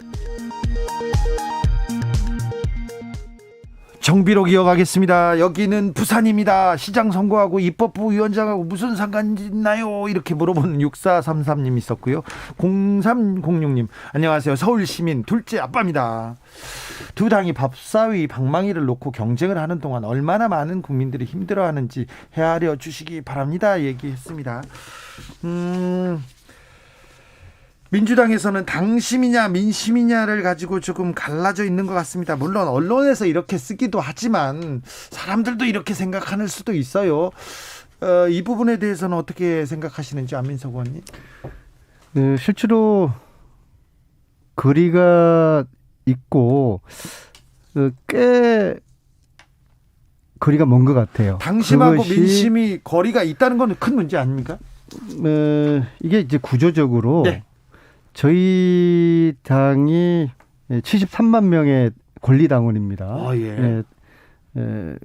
당비를 내는 당원들 숫자가 아마 국민의힘은 어느 정도 돼요? 저기는 한 10만도 안 될 것 같은데 정확하게 모르겠지만은 그런데 여기는 이제 15년에 그 문재인 당대표 그 시절부터 쭉 모아졌던 그런 당원들이 절반 이상은 된다고 네. 봐야 되거든요.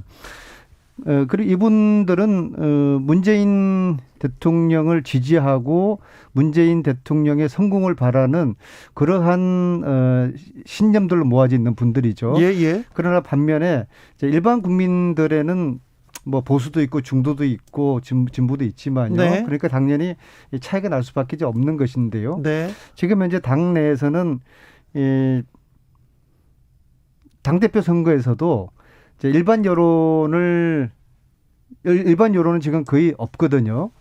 그래서 일반 여론의 비중을 더 높여야 된다는 그런 주장과 거기에 반대하는 그런 주장이 지금 토론하고 있는 그런 중에 있습니다. 네. 저기 민주당 상황 어떻게 보십니까, 정영태 의원님? 저는 뭐 답이 없는 정당이다. 뭐 이런 민주당이요? 생각, 네, 아직까지 반성하지 않는 정당인 것 같고요.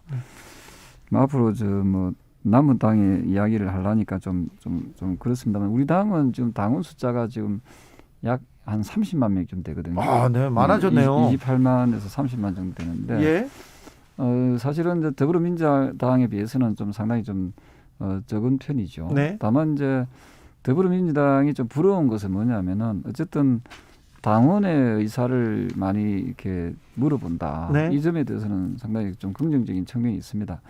그게 당내 민주주의의 척도거든요. 네. 그 여야가 보통 보면은 이제 당내 민주주의가 안 됨으로써 여러 가지 파열음도 생기고 갈등도 생기는데 거기에는 이제 당원에 대한 의사를 좀 무시하는 그런 일들이 이제 많이 발생하다 보니까 그런 상황들이 벌어진다 이렇게 보고 있습니다. 네. 자, 국민의힘으로 이슈를 넘겨보겠습니다. 국민의힘은 어떻습니까? 지금 전당대회 합당 두 가지를 놓고 지금 좀 논란이 좀 있는 것 같습니다. 사실은 그 논란이 별로 없어야 될 것을 괜히 긁어서 부스럼 일으키는 그런 경우인 것 같아요. 그렇죠. 그 합당 문제 역시도 이게 상당히 그 중대한 그 당의 운명을 가르는 문제이기 때문에 네. 국회의원들 몇 명이서 모여가지고 합당하자 말자. 그거는 아주 반민주적인 모습이거든요. 네. 저는 이런 부분에 대해서는 당원들한테 예. 당의 주인은 당원이지 않습니까? 예. 우리 국가의 대한민국의 주인은 국민이듯이 네. 그 주인한테 물어보고 뭘 하든지 말든지 해야 되는데 저는 우리 당이 너무 당원들의 의사를 조금 무시하는 네. 이런 부분은 이제 우리가 개선하고 개혁해야 된다 이런 입장이죠. 네. 저기 당을 떠난 김종인 전 비대위원장이 국민의힘에 계속 이렇게 좀 독서를 퍼붓고 있어요. 아사리판이라는 얘기도 했고 왜 그러시는 것 같아요? 글쎄요, 그분이 연세가 좀 있으신 분 아닙니까? 예. 아사리라는 말이 어떤 말인지 나는 잘 모르겠어요. 사전에는 안 나옵니다. 네, 그래서 이런 표현을 설마 그 어른이 그런 표현을 썼겠습니까? 아니 썼대요. 썼답니까? 써서 그렇게 쓴 거래요. 그래서 저는 그 이전까지 이제 우리 당에 어쨌든 그 보궐선거 때까지 비대위원장을 맡으셨으면 네. 그 좀 우리 당이 좀 다소 부족하더라도 네. 좀 더 따뜻한 시각에서 네. 애정어린 조언을 해주는 것이 좀 어른스럽지 않을까 이런 생각을 합니다. 네. 김종인 비대위원장 당을 만들 것 같습니까? 안민석 의원님? 지금 하시는 말씀을 보면은 그 국민의힘에 대한 그 저주에 가까운 네. 폄훼를 하는 것이죠. 네. 어떻게 제1야당이 이렇게 멸시당하고 무시당하는 이야기를 듣고서도 네. 이렇게 참 자존심도 없는지 모르겠어요. 네. 저희 당보고 아까 답이 없다고 그랬는데 네. 저는 김종인 위원장님이 말씀하신 아사리판 정당 네. 이게 딱 맞는 편이라고 보고요. 이게 그 언어나 비속어가 아니라 이게 그 사전에 나와 있는 단어로 알고 있는데요. 아주 무질서하고 뭐 엉망진창이라는 그런 뜻이고요. 실제로 이번에 자력으로 이긴 게 아니에요. 저희 민주당이 진 것이죠. 국민의힘이 이긴 선거가 아닌데. 아니 그거나 이제 테니스 경기에서 상대편이 못해가지고 이기면 안민석 의원이 이긴 거잖아요. 제가 조금 전에 이야기한 답이 없다는 게 바로 이런 뜻입니다. 그래요? 네. 제가 말씀드리는 게 국민의힘이 잘해서 이긴 선거가 아닌데 네. 저렇게 오만해가지고 저게 이번에 너무 많은 득표율이 덕이 될 거예요. 저희 같은 경우에도 지난 총선에서 180석이라는 많은 의석을 차지하다 보니까 이게 저희들에게 독이 된 측면이 있는 거거든. 선거는 예. 적당히 이기는 게 겸손해질 수 있는 네. 그런 결과인데 이번에 지나치게 많은 득표를 해가지고 아마 거의 김종인 위원장 말씀처럼 아사리판 이 국민의힘의 진모가 앞으로 가면 갈수록 저기는 아주 뭐 과거에 친박 이박 나눠졌었고 아주 권력 투쟁에 아주 익숙해져 있는 그런 그 정당이기 때문에 네. 막 두고 보면 아주 앞으로 가관이 아닐 겁니다. 8998님께서 나 모시러 와라 이런 속내입니다. 이렇게 정확하게 딱 부러지게 얘기하셨습니다. 4443님께서 조경태 한민석 의원님 두 분 말씀 돌리지 말고 좀 명확하게 좀 말해주세요. 시민들 바빠서 해석하고 있을 시간이 없어요. 얘기합니다. 그렇게 얘기합니다. 그래서 김종인 비대위원장과 그러면 국민의힘과의 관계는 이제 어떻게 되는 겁니까? 저는 뭐 그분은 사실은 우리 당에 들어서는 안 되는 분이었죠. 아 그렇습니까? 네, 그래서 제가 사실은 전 그 상위 비대위원장에 네. 들어오실 때 뭐 제가 반대했던 네. 의원 중에 한 사람이고요. 네. 그 저는 이제는 우리 당이 마마보이식의 어떤 그 자세에서 벗어나야 된다. 네. 우리 당이 좀 더 좀 홀로서기. 네. 우리 스스로가 어떤 강한 정당을 만들 수 있는 그런 토대를 만들어야 되고요. 그러기 위해서 이번 전당대회가 매우 중요하다라고 보고 있습니다. 이번 전당대회는 그 초선도 이렇게 출사표를 던지고 그리고 또 김종인 비대위원장은 초선을 뭐 밀어줘야 된다 이런 얘기도 하고 있습니다. 어떻게 보셨는지요? 제가 봐서는 뭐 초선이든 뭐 재선이든 또는 5선이든 선수가 중요한 건 아니라고 생각하거든요. 5선은 중요한 것 같습니다. 그런데요, 선수가 중요하지 않은데 어떻게 국민의힘을 이끌 생각이신지요? 이끌어야 된다고 보시는지요? 저는 우리 당이 좀 그 크게 두 가지 키워드를 가지고 우리 당을 이끌어 나갈 계획입니다. 네. 첫 번째로 쇄신해야 됩니다. 네. 대대적으로 우리 당이 그동안 가지고 있었던 웰빙 정당, 부자 정당, 꼰대 정당, 그다음에 기득권 정당. 네. 이 이미지를 혁파하지 않으면은 혁신하지 않으면은 미래는 없다 이렇게 예. 보고 있고요. 예. 그래서 쇄신을 가장 중요한 키워드로 보고 네. 또 하나는 이번 서울시장 보궐선거에서 보셨지만은 통합의 키워드가 필요합니다. 네. 그 통합이라는 것은 여러 정권 교체를 바라는 우리 국민들의 그 여망에 부합될 수 있도록 모든 재정파들을 하나로 모아내는 대통합의 정신을 우리는 꼭 살려나가도록 제가 당대표가 되면은 쇄신과 통합을 이루어내도록 하겠습니다. 국민의힘은 어떻게 가야 됩니까? 어떤 방향으로 가라고 조언 좀 부탁드립니다. 그런데 어떻게 갈 것이라는 예상도 좀 부탁드리고요. 제가 그 뭐 남의 당 이야기 저는 정말 하기 싫고요. 아까 네. 그 질의하신 네. 그 제3당 이거는 김종인 위원장 기획하에서 진행될 거라고 봅니다. 네. 그리고 이제 거기에 윤석열이라는 대마를 얹힐 것이고요. 네. 그래서 이제 제3당, 그다음에 안철수당, 그다음에 국민의힘당 이 각각에서 후보를 내서 이 후보가 지난번 오세훈 안철수처럼 네. 리그를 통해 가지고 야권 단일 후보를 만들어내려는 그런 그림을 그리고 있기 때문에 네. 저는 김종인 위원장이 의도적으로 그런 의도를 가지고 지금 국힘하고 일정 정도 긴장 관계를 유지하기 그렇죠. 위해서 의도적인 저격을 하고 있다고 그렇게 봅니다. 보입니다. 조경태 의원님, 윤석열 변수는 어떻게 하실 겁니까? 글쎄요, 윤석열 변수가 아니고 저는 윤석열 상수라 보고 이제 있거든요. 상수가 됐다. 네, 그래서 저는 이제 그런데 말입니다. 제가 당 대표가 되면은 그 앞서 말씀드렸던 많은 후보들, 대선 네. 주자들을 공정한 그 경선 룰, 네. 경선 방식에 의해서 대통합적 시각에서 어떤 대권 후보를 저는 선정해야 된다는 입장이거든요. 대통합적, 통합이 중요하다. 지금 잘 아시다시피 과거에 노무현 대통령께서 0.7% 정당 지지율을 가지고 그 당시에 이인재 대세론을 꺾었거든요. 네. 그렇듯이 어떤 후보든지 간에 저는 우리 당이 좀 더 공정하고 깨끗하고 국민에게 감동을 줄 수 있는 그런 대선 경선이 이루어진다면은 네. 저는 충분히 의회 인물도 나올 수 있다 이렇게 보고 있습니다. 자, 의회 인물이라도 지지도가 낮은 인물이라도 국힘당의 후보가 제3당의 윤석열을 이길 수 있다고 보십니까? 저는 이렇게 생각합니다. 저는 제가 만약에 당대표가 되면은 3개월 안에 네. 지금의 국민의힘의 정당 지지율을 10%까지 네. 끌어올릴 그런 계획이 있습니다.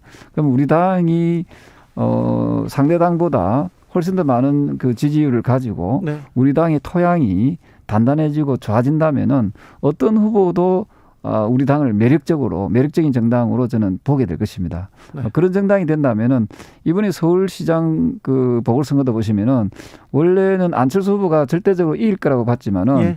결과론적으로 오세훈 후보가 이기지 않았습니까? 네. 이런 의외의 변수들이 저는 정치의 묘미다 이렇게 보고 있습니다. 참 조경태 의원님이 당대표가 되면 일단 매력적인 정당으로 만들겠다. 지금 매력이 좀 떨어지죠? 지금 현재로서는 국민들의 그 요구에 아직까지는 크게 부합되지는 못하고 있는 정당으로 인식되어 있는데요. 어쨌든 그 국민들로부터 많은 신뢰를 받을 수 있는 그런 정당으로 거듭나도록 하겠습니다. 1350님께서 조경태 의원님 같은 분만 계시면 국힘당 무조건 이기는 당 될 듯합니다 얘기하셨고요. 0648님께서 두 분 케미 물과 기름 같은데 기름 같으면서 물 같으면서 뭔가 잘 어울립니다. 재밌습니다 얘기하고 5430님께서 국민의힘은 아사리판이고 민주당은 강아지판이니 이 나라가 걱정입니다. 이렇게 얘기하셨습니다. 9932님께서는 아싸리는요 경상도 사투리인데요 차라리 같은 뜻이에요. 부정적인 의미로 쓰입니다. 아싸리가 아니라 아사리입니다. 아사리. 자 1717님은 아사리는 아예의 방언입니다. 경북 경산시의 어느 시골 동네 이름이기도 하고요. 네 여기서 저기서 얘기합니다. 마지막으로 자 안민석 의원님 네. 민주당이 실망했다. 앞이 보이지 않는다. 대선을 두고 불안하다. 그런 민주당 지지자들 많습니다. 한마디 해주십시오. 네. 이제 앞으로 저희들 하기 나름인 것 같습니다. 그래서 이번에 새로운 지도부를 통해서 몇 가지 이제 변화가 필요합니다. 첫째, 부동산 정책에 대한 이 변화가 필요하고요. 그리고 두 번째로는 이제 코로나 시대에 이제 백신 공급을 이제 해결해야 될 것 같습니다. 예. 올해까지는 집단 면역 체계로 돌입해야 되지 않겠습니까? 네. 이 부분을 저희들이 해결하고요. 그다음 특히 이제 코로나로 인해 피해받은 이 손실 보상을 최대한 국가의 그 존재를 보여주는 요 세 가지를 우리 차기 지도부가 해결한다고 하면은 돌아선 민심을 다시 회복시키는데 큰 도움이 될 것이고 그리고 저희들이 태도가 또 중요합니다. 네. 그래서 이제 오만하지 않고 이제 겸손하고 국민들의 눈높이에서 능력 있는 실력 있는 그런 정당의 모습을 앞으로 보여드리도록 하겠습니다. 민주당 선거 자체가 열릴 필요가 없었는데 민주당이 이런 빌미를 주었고 거기다가 민주당이 개혁한다고 소리만 치고 개혁 잘 못했다. 민생도 잘 못 챙겼다. 하지만 국민의힘한테 나는 마음을 줄 수가 없다. 이렇게 생각하는 사람들이 많습니다. 조경태 의원님 한 말씀. 네, 결국은 지금 현재 국민들이 가장 크게 보는 것은 경제 문제인 것 같습니다. 예. 그래서 이 경제 문제를 어느 당에서 잘 해결해 주느냐. 특히 부동산 정책에 대해서 정말 진정성 있게 우리 지원 없는 서민들이나 20대, 30대 세대에게 꿈과 희망을 줄 수 있느냐는 부분인데요. 저희 당이 이번에 승리했다 해가지고 이 승리에 도취돼서는 절대 안 된다는 거죠. 네. 좀 더 겸손한 자세로 겸허한 마음으로 우리 당이 국민들의 그 욕구를 충족시킬 수 있도록 좀 더 우리가 면밀하게 진정성 있는 그런 마음가짐이 필요하다 이렇게 보고 있습니다. 근데 조경태 의원님 부산시장 서울시장 국민의힘에서 가져가면 부동산 안정화 시켜준다고 했는데 막 부동산 아파트 가격 오르고 있어요. 그것도 좀 챙겨주십시오. 네, 예, 저희들 아마 내년에 정권이 교체가 되게 된다면은 그 정권 차원에서도 이거는 좀 강력하게 어쨌든 우리 부동산이 좀 안정화될 수 있도록 하는데 저희들 최선을 다하겠습니다. 정비록 마무리하겠습니다. 더불어민주당 안민석 의원님 그리고 국민의힘 조경태 의원님 오늘도 감사합니다. 네, 감사합니다. 네, 감사합니다. 정치 피로, 사건 사고로 인한 피로, 고달픈 일상에서 오는 피로. 오늘 시사하셨습니까? 경험해보세요. 들은 날과 안 들은 날의 차이. 여러분의 피로를 날려줄 저녁 한 끼 시사 추진우 라이브.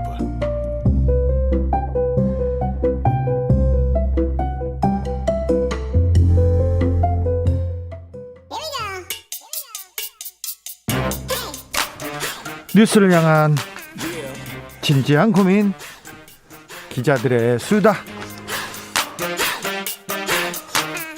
라이브 기자실을 찾은 오늘의 기자는 KBS 김비치라 기자입니다. 어서 오세요. 네, 안녕하세요. 네, 선거 끝나고 조금 한숨 돌리셨습니까? 아직도 바쁩니까? 사실 선거 전에는 여야가 서로를 공격하고 맞붙는 그런 과정들을 보면 마음이 막 조급해지거든요. 근데 네. 지금은 선거 끝나니까 각 당 안에서 서로 맞붙는 그렇죠. 분위기라서 어떻게 보면 두 개 비교하면 마음은 이쪽이 훨씬 더 편합니다. 보고 네. 있기에는. 그렇죠. 이제 당 내에서 너 때문에 거의 모든 의원들이 뭐라고 하냐면 내가 뭐라고 그랬어. 내가 뭐랬어. 나는 잘했는데 당 지도부가 잘못했어. 쟤네들이 잘못했어. 이런 얘기 하잖아요. 네. 국민의힘에서도 민주당에서도. 네. 그렇죠. 좀 내부 싸움이 계속되고 있습니다. 국민의힘, 국민의당 통합을 놓고 기싸움. 기싸움이 한창인데 어떻습니까 요새? 줄다리기는 계속되고 있는데 오늘은 드디어 구체적인 시점 얘기가 나와서 눈길을 끌었습니다. 시점은 합의가 됐습니까? 주호영 국민의힘 권한대행이 다음 주 중에 결론도 나고 좋은 결과가 있을 걸로 본다. 이렇게 좀 긍정적인 전망을 내놨는데요. 네. 지금까지 국민의힘 내부만 보면 합당이 우선이라는 쪽과 전당대회를 하고 나서 새 지도부를 출범시킨 다음에 논의하자는 쪽이 팽팽하게 맞붙고 이쪽도 있었습니다. 많아요. 세가 만만치 않습니다. 그런데 일단 주 권한대행은 전당대회를 먼저 해버리면 합당 이후에 새 지도부 체제 만들고 대선 준비 어떻게 하느냐 쪽으로 힘을 싣고 있었거든요. 그렇기 때문에 이 주호영 권한대행의 오늘 발언은 그 시점과 의미를 좀 생각해봐야 하는데 이 권한대행이 지금 유력한 당권 당대표 후보 중에 하나입니다. 그래서 다른 그 유력 정치인들이 그래서 주호영 대표 나가라, 막 물러나라 이런 얘기도 하더라고요. 그렇습니다. 그렇기 때문에 오늘 비대위 비공개 회의만 봐도 아니 이런 합당 논의 비대위에서 얘기 나온 적도 없는데 무슨 얘기냐. 권한대행은 거치부터 결정하고 본인 얘기해라 이렇게 거세게 비판 목소리도 나왔거든요. 네. 결국 비대위원들은 권한대행이 당권을 거머쥐기 위해서 지금 당장 빠른 속도의 통합을 지렛대로 삼고 있는 것이다 의심하고 있습니다. 지금 당장 합당 안 해도 된다 이런 얘기는 계속 나오는데 합당을 반대하는 사람들이 있는 겁니까? 방금 말씀하신 사실상 당의 의결기구인 비대위원들뿐만 아니라 초선 의원들이 많이 그런 얘기합니다. 아, 그래요? 우리가 어떻게 동등하게 합당을 하냐. 신설 합당까지 할 게 없고 안 대표나 개별 의원들이 입당하면 그만이 아니냐. 이렇게 공개적으로 의견을 얘기도 하거든요. 네. 그리고 초선 의원이 아니라도 하태경 의원 경우도 통합은 새로운 지도부가 할 일을 하면서 빨리 퇴진을 해라 하면서 견제하는 분위기들이 역력합니다. 하태경 의원도 대표 나가시겠다고 하는 거죠? 이런 분위기라면 지금 주호영과 안철수 이 두 사람이 아무리 통합을 얘기한다고 해도 합의가 된다고 해도 비대위가 순순히 의결을 할지도 지켜봐야 되는 분위기입니다. 그렇죠. 내일 일단 의총이 열리고 19일에 시도당 위원장 회의가 예정돼 있습니다. 이때 또 어떤 얘기들이 나올지 지켜봐야겠죠. 국민의당에서 뭐래요? 안철수 대표에게 오늘 기자들이 물어봤습니다. 지금 이런 얘기 나왔는데 맞습니까? 했더니 다음 주 중반이나 말 정도면 당원들의 의견 수렴 절차를 다 거치겠다 해서 좀 비슷한 얘기를 했어요. 그러면 시점은 지금 약속한 것처럼 보입니다. 그런데 이것도 안철수 대표 혼자만의 이야기가 아니기 때문에 지금 당내 분위기를 지켜봐야 하는데 대표적으로 권은희 원내대표가 국민의당의 개별 입당을 요구하는 목소리가 국민의힘 내부에서 나오는데 우리는 위성정당이 아니다. 불쾌감을 공개적으로 표명을 했고요. 합당은 시간이 많이 걸리며 주호영 원내대표 이야기가 국민의힘 공식 입장이 아니라 개인 의견으로 알고 있다. 이렇게 일축을 했습니다. 결국 안철수 대표와 또 주호영 권한대행은 뜻하는 바가 있겠지만 이게 당과 당의 통합은 쉽지 않을 수 있겠구나. 시간이 좀 걸릴 수 있습니다. 이런 것도 좀 미묘하게 많이 네. 다툽니다. 그런데 또 다음 주가 되면 막상 극적으로 통합 얘기가 나올 수도 있을 것 같아요. 네. 정치는 또 어떻게 될지 모르니까요. 네. 무소속 홍준표 의원 어떻게 된답니까? 뭐 복당이 된답니까? 굉장히 요즘에 관심사 중 하나입니다. 실제 복당이 극적으로 금방 될 수도 있고요. 지금 이제 김종인 비대위원장이 자리를 내려놓고 나갔기 때문에. 그런데 쉽지 않은 것이 오늘 페이스북에서 글을 하나 올린 걸 보면 내부에서도 싸움이 치열하고 홍준표 전 대표의 명분도 엄청나구나 이걸 느낄 수가 있습니다. 뭐라고 했어요? 외부 사람도 합당하고 영입하자고 외치는 마당에 일시 외출했던 자기 집 사람의 귀가를 막으면 당원과 국민이 용납하지 않을 것이다 라고 해서 현재 가장 핫하게 이루어지는 야권의 대통합을 자신의 복당과 연결을 시켜버린 겁니다. 네. 복당 문제는 자연스럽게 해결되기를 기대한다라고 이제 평을 하면서도 네. 자기 계파 보스는 복당을 찬성하는데 특정 소수 계파 의원들 몇 명이 보수 생각과 달리 반대 활동을 한다라면서 전반적으로 나를 복당시키려는 사람들 분위기가 많은데 반대하는 초선들은 무엇이냐 하면서 불편한 기색을 내비쳤습니다. 뒤에서 누가 시켰다 이렇게 얘기하는 것 같은데 네. 홍준표 의원은 잘 보세요. 그냥 다른 거 다 그냥 접어두고 홍준표 의원은 복당을 해야 되겠는데 여기저기에서 반대 목소리가 나오는데 복당 가능하겠습니까 이번에는? 일단 오늘 주호영 권한대행이 공식적으로 논의 중이다. 절차 안에서 결정될 거다라고 했습니다. 이거 좀 진전된 내용인 것 같은데요? 일단 지난주에도 권한대행이 홍 전 대표 얘기처럼 지푸라기 하나라도 힘을 합해서 대선을 치러야 한다면서 이런 야권 대통합의 명분을 배경으로 이미 깔았거든요. 네. 그리고 복당에 찬성하는 중진들도 마찬가지로 외연 확대가 이유입니다. 우리 모두 다 받자고 했는데 왜 홍 의원만 안 되느냐 이런 얘기인 거죠. 네. 그런데 구체적으로 지금 어디까지 논의했는지 의견은 다 수렴했는지 이런 구체적인 얘기가 안 나오는 걸로 봐서는 역시 좀 조심스럽게 시간이 필요하지 않을까 생각해 봅니다. 제가 홍준표 의원하고 개인적으로 얘기를 몇 번 했는데요. 관련해서요? 주진우 라이브에도 지난주에도 나오시기로 했고 그 지난주에도 나오기로 했는데 이 복당에 대해서 반대 목소리가 나오면 자기가 얘기하는 게 또 확대 재생산될 것 같아서 굉장히 답지 않게 굉장히 신중하게 움직이는데 반대하는 목소리가 만만치 않아요. 그도 그럴 것이 지금의 국민의힘 분위기는 뭐냐면요. 이번 재보궐선거에서 승리에 결정적인 영향을 미친 것은 개혁 성향이 강한 개혁 청년층이다. 따라서 강성보수인 홍 의원이 돌아온다면 이 중도층이 순식간에 떠날 수 있다라는 굉장히 현실적인 얘기를 내세우고 있습니다. 만약에 선거에서 국민의힘이 참패했다면 우리가 다 힘을 합쳐야 된다 하면서 쉽게 들어왔을 텐데 워낙 압승을 했기 때문에 이런 목소리가 조금 더 힘을 받는 것도 사실입니다. 맞습니다. 일부 초선 중에는 홍 의원이 복당하면 나는 탈당해서 신당으로 가겠다. 이런 목소리까지 내는 것으로 봐서 수구정당 이미지로 가려는 것을 막으려는 개혁 세력들이 내부에 존재한다라는 것들이 정말 눈에 띄게 늘어나고 있습니다. 네, 그래요? 그런데 결국 이런 분위기 자체가 야권이 잘 되고 있다는 자신감 아닌가 이런 얘기들이 나와요. 그렇죠. 왜냐하면 전당대회 앞두고 통상은 PK 대 수도권, 개혁 세력 대 반개혁 세력으로 내부 갈등을 하는 모습들만 보여줬다면 지금은 오히려 세력화가 이루어지면서 긍정적인 방향으로 가는 것이 아니냐. 물론 이 리더십 공백기에 이런 것들이 큰 충돌이 아니라 좋은 모양새로 발전적으로 간다면 정말 야권 지형도가 확 커질 수 있겠다라는 긍정적인 얘기도 나옵니다. 진짜 보수가 바깥에 있고 가짜 보수들이 당에서 왔다 갔다 한다 이렇게 하면서 좀 화가 났습니다. 홍준표 의원은. 그런데요. 또 화난 사람이 또 그 주변에 많습니다. 김종인 전 비대위원장 왜 이렇게 화가 났습니까? 그래서 국민의힘에 독설이 아니라 거의 저주를 퍼붓더라고요. 그래서 그 아사리판이라는 얘기도 사실 김종인 비대위원장이 별의 순간에 이어서 하나의 정치 지형을 지금 포괄하는 어떤 키워드를 자꾸 던지는 셈인데 밖에서도요. 네. 아사리판이 될 것인가 아니면 방금 말씀드린 것처럼 승리의 자신감을 이어가서 중도층을 잡을 것인가 이 기로에 서 있다는 거를 김 비대위원장 얘기에서도 들을 수 있는데 김 비대위원장도 이제 바깥에서 활동을 시작하셨잖아요. 네. 그게 또 하나의 이번 주에 관심사가 될 것 같습니다. 바깥에서 당을 만드실 것 같아요. 만들 것 같습니다. 그 말만 무성했던 제3지대의 예. 중도신당이 드디어 네. 내일 그 첫 발을 떼는 거 아니냐 이런 이제 예의주시하는 분위기가 있는데요. 네. 지금 취재에 의하면 김 전 위원장의 제안으로 금태섭 전 의원과 내일 오전에 만나기로 했습니다. 예.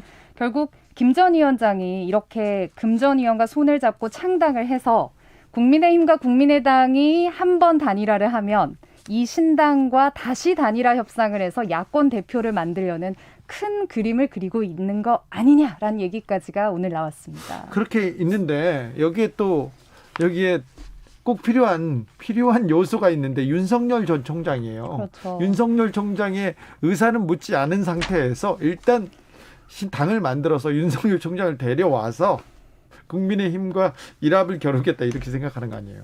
전제는 윤 전 총장이 함께한다는 정말 그 바꿀 수 없는 전제가 있는 것이죠. 예? 윤 전 총장과 만약에 힘을 합한다면 사실 이 두 사람은 원내에서는 현재 세력이 거의 없는 상태인데 윤 전 총장 한 명만으로도 원내 정당을 뛰어넘는 태풍의 눈이 될 수 있다라는 엄청난 의견이 있고 예? 만약에 창당을 하기로까지 했는데 윤 전 총장의 최종 영입에 실패를 한다면 그때는 아직은 대안이 없는 것으로. 아니 대안이 왜 없어요? 김종인 비대위원장이 직접 또 나오실 수도 있죠. 지난 대선에 김종인 전 비대위원장 출마했었어요. 그렇다면 내일의 이 만남을 더욱더 주시를 해봐야겠는데요. 네, 내일. 그런데요, 김종인 비대위원장이 움직이니까 국민의힘에서 바짝 긴장하고 있습니다. 국민의당하고는 또 사이가 좀 그렇잖아요. 별로 좋지 않잖아요. 그래서 더 긴장하고 있대요. 지금 지형이 사실 좀 복잡하게 돌아가고 있습니다. 국민의힘과 국민의당은 합해야 하는데 이 국민의당의 안철수 대표는 김종인 전 비대위원장과 사이가 좋지 않잖아요. 네. 결국 제3지대를 다 같이 만든다면 안철수 대표 입장에서는 김 전 비대위원장과 함께하는 게 껄끄럽기 때문에 그런 상황을 막아야 한다라고 볼 수 있겠죠. 그리고 제3지대에서 정치 세력이 커지면 자기가 서 있을 곳이 또 없어지거든요. 그렇기 때문에 안철수 대표가 이제 내일 두 사람이 만나는 거에 대해서 어떻게 생각하느냐라는 질문을 하자 네. 아는 것이 없습니다. 라고만 답을 했고요. 말 피해 갔어요? 그리고 계속해서 범야권의 대통합이 필요하고 국민의힘과 국민의당 합당만이 야권 대통합의 유일한 방법이다라는 점을 계속 고수하고 있습니다. 그런데 속내는 복잡할 것으로 보이고요. 네. 주호영 권한대행 같은 경우는 오늘 인터뷰에서 대선 국면에서 제3지대가 성공한 적은 없다. 상당히 낮다라고 딱 잘라 얘기를 하면서 윤 전 총장에게 대통령이 되려면 당 밖에 있는 게 유리하지 않다라면서 계속되는 구애를 보였습니다. 윤 전 총장이 이 두 갈래에서 어떤 결정을 내릴지 빨리 답을 해주시지 않을 것 같기 때문에 네. 그게 더 앞으로 지켜봐야 될 포인트입니다. 다 하지 않겠죠. 몸값을 계속 키워가겠죠. 국민의힘에서는 이제 또 김종인 비대위원장을 좀 잘 관리해야 되는, 막아야 되는 그런 입장이 되네요. 그러니까 비대위원장으로 계시다가 바깥에 나가서 이 정치에 대해서 훈수를 도는 모습조차 사실 초선 정치인들이 볼 때는 대단한 고수가 아닌가, 장외에 엄청난 고수가 나타났다라고 평가할 수 있겠습니다. 아, 그렇습니까? 기자들의 수다, 지금까지 KBS 김비치라 기자였습니다. 감사합니다. 고맙습니다. 교통정보센터 다녀올게요. 김민희 씨. 퇴근 정체가 빠르게 늘고 있는데요. 수도권 제일순환고속도로 판교에서 일산 쪽으로 판교 분기점 부근 사고는 처리 작업이 마무리됐습니다. 하지만 퇴근 교통량까지 몰리면서 뒤로 송파단을복부터 정체 심하고요. 이후로도 청계터널까지 더딘 흐름 이어지고 있습니다. 반대 일산에서 판교 쪽으로도 일산에서 송내 사이 정체만 19km나 되고요. 더 가서도 청계요금소에서 청계터널 사이로 정체입니다. 이후 판교를 지나서는 구리 쪽으로 송파부터 구리 남양 요금소까지 16km 구간에서 속도 줄여 지납니다. 제2경인고속도로 인천 쪽으로 남동 부근에서도 사고가 났습니다. 뒤로 서창분기점부터 속도 많이 떨어져 있고요. 중부고속도로 하남 쪽으로 중부 2터널에서는 화물차 화재 사고가 있었던 만큼 부근으로 정체 심해졌습니다. 그 밖에 서울시내 올림픽대로에서는 영동대교 부근에서 양방면으로 모두 사고가 났습니다. 노들길 성산대교 쪽으로 이 성산대교 부근에서는 고장난 차를 처리하고 있습니다. KBS 교통정보센터였습니다.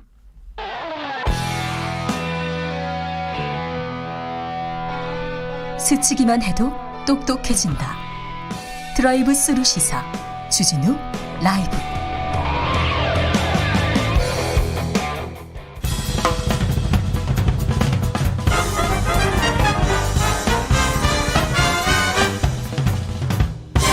훅 인터뷰. 훅 인터뷰 이어가겠습니다. 내일이 세월호 참사 7주기입니다.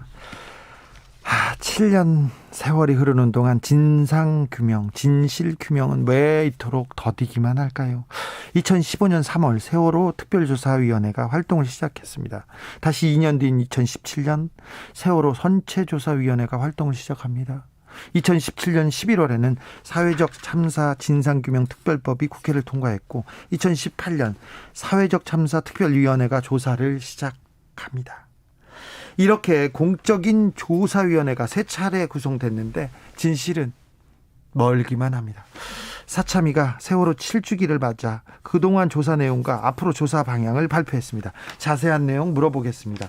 박병우 사참위 세월호 참사 진상규명국장 모셨습니다. 안녕하세요. 예, 안녕하십니까.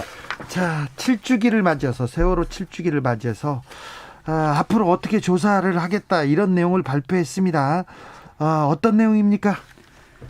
예, 저희들은 일단 크게 이제 4가지 범주로 나눠가지고요. 이제 제일 중요한 건 왜 구해지지 않았는가. 네. 이제 참사 당일 구조가 어떻게, 왜 이런 상황이 발생했는가. 네. 그 다음에 이제 배가 왜 침몰했는가. 이제 그 부분이 제일 중요하죠. 또 침몰 원인. 아직도 왜 침몰했는가, 왜 구조하지 않았는가 그 부분을 밝히지 못했어요. 예, 어렵습니다. 네. 예, 실제로 어렵습니다. 그 부분이 어려워서 그런 식의 차곡차곡 준비하고 있고요. 아마 올해 그 하반기 정도에는 어느 정도 조금 윤곽이 나오지 않을까는 싶습니다. 네. 예. 뭐가 그렇게 어렵습니까? 왜 안 됩니까? 가장 핵심적으로 어려운 것은 그 배가 사실은 이 배가 가다가 운전 부주의로 내지는 이제 그런 거로 해서 이게 이제 배가 기울어져서 바로 고박불량이나 이제 이른바 보건성이 너무 안 좋아서 배가 넘어졌다. 이게 이제 검경합수부가 2014년도에 발표한 내용이거든요. 네. 근데 그 내용을 저희들이 꼼꼼히 살펴보고 여러 가지 선조에서 해놓은 결과도 다 봤을 때 그것을 특정할 만큼 아직 그 증거가 그렇게 정확치가 않습니다. 네. 그러면은 그게 이제 다른 요인이 있겠느냐. 이 부분에 대해서도 실제로는 그런 다른 뭐 외력이 좀 발생을 한 거 아니냐. 이런 의혹은 상당히 많았잖아요. 근데 저도 몇 달 그냥 배에 가서 살기도 했지만 실제로 선체 파공이 있거나 이런 게 명확치는 않습니다. 네. 예. 그래서 이런 부분에 대해서 상관관계를 조사하고 정말 밝혀야 되기 때문에 이게 좀 어렵습니다. 초동 수사가 좀 잘 됐으면 좀 미흡했던 건가요? 많이 미흡했죠. 미흡하다는 게 아니라 설계가 잘못됐죠. 왜냐하면 해경은 그 당시에 그 참사를 밝힐 수 있는 그 수사의 주체가 될 수는 없었죠. 그렇죠. 사실은. 근데 아까 말씀드렸듯이 검경합동수사본부, 검경이 해경이거든요. 그러니까 검찰과 해경이 같이 수사본부를 꾸려서 이 참사의 원인도 밝히고 이제 해경이 잘못한 걸 또 파헤쳐야 되는데 당연히 그럴 수밖에 없죠. 근데 해경이 이 수사의 주체가 돼서 조사의 대상이 대상이 수사의 주체가 됐습니다. 그래서 이 정부 출범하고 나서 문재인 대통령도 세월호 문제만큼은 밝히겠다고 했습니다. 진상규명하라면서 검찰도 세월호 특별수사단을 꾸렸습니다. 그래서 의혹을 가졌죠. 의혹적으로 시작했는데 의혹을 하나도 밝힌 거 없는 것 같아요. 특조위 방해 활동 방해 그리고 해경 지휘부의 과실 등에 대해서는 기소했는데 나머지 의혹에 대해서는 거의 대부분 무혐의 처리하고 나서 1년 2개월 활동 마쳤어요.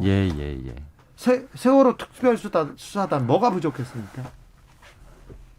저희들은 문제의식이 좀 심각합니다. 왜냐하면 수사 과정 속에서 저희들이 특수단이 수사하는 그 상세한 내용을 저희들이 이제 확보할 수가 없었기 때문에 좀 아쉬운데 일단은 저희들이 이제 특수단의 수사 기록을 입수를 거의 완료했거든요. 그래서 이제 살펴보면 저희들은 주로 이제 증거 위주로 할 수밖에 없잖아요. 기소를 했을 때 이제 증거 위주로 하고 그러면은 보통 기소라는 것이 해당 이 혐의자는 부인하고 증거가 있으면 그것을 이제 맞춰가지고 판단을 하는 거잖아요. 그렇죠. 그래서 이제 기소를 하는데 실제로 혐의자가 제가 죄를 이렇게 저질렀습니다라고 자백을 한 상태로 1심으로 기소되는 경우는 거의 없거든요. 네. 근데 이런 부분에서 증거 조사를 초기에 꾸려진 초기에 매우 열심히 의욕적으로 했던 건 인정할 수 있습니다. 열심히 했습니다. 네. 그랬는데 마지막 부분에서는 결국은 이 조사 대상자들의 진술로 진술을 그냥 다 인용하면서 이 부분들이 좀 다 불기소가 된 것 같아요. 네. 예, 그래서 그런 부분이 매우 안타깝다. 첫 번째 수사에서 조금 명확하게 돼 있어야 되는데 그때 밝히지 못해서 두 번째 특별수사단도 별로 성과를 내지는 못했습니다. 사참위에서요. 항적 조사를 이렇게 반박한 해수부의 해명 문건을 입수했습니다. 그래서 해수부의 해명 심각한 문제가 있다고 이렇게 주장했는데 이 내용은 무슨 뜻입니까? 이게 좀 대단히 심각하다고 판단합니다. 이 이유는 항적이라는 것은 선박에서 사고가 나면 제일 먼저 볼 수 있고 봐야 되는 게 항적이거든요. 네. 그럼 그 배가 어디서 사고가 났고 배가 어디로 항해를 해갖고 어떤 문제가 없었는지 그 항적 자료에는 매우 많은 데이터들이 있거든요. 근데 이제 그 데이터들을 분석하고 해봐야지 나오는데 그래야 왜 침몰했는지 그렇죠. 밝힐 수 있는데요. 예. 근데 해수부에서 최초의 사고 지점을 찍어놓은 데가 실제로 이 배가 사고가 났을 것으로 추정되는 지점하고 너무 떨어진 엉뚱한 장소를 찍은 거예요. 예. 이게 자동차 GPS 달고 다니는데 다른 데를 찍어놨어요? 네, 그거는 세월호의 항적과도 무관한 지점을 찍어놨어요. 네. 그래서 이 부분이 도대체 왜 이렇게 됐냐?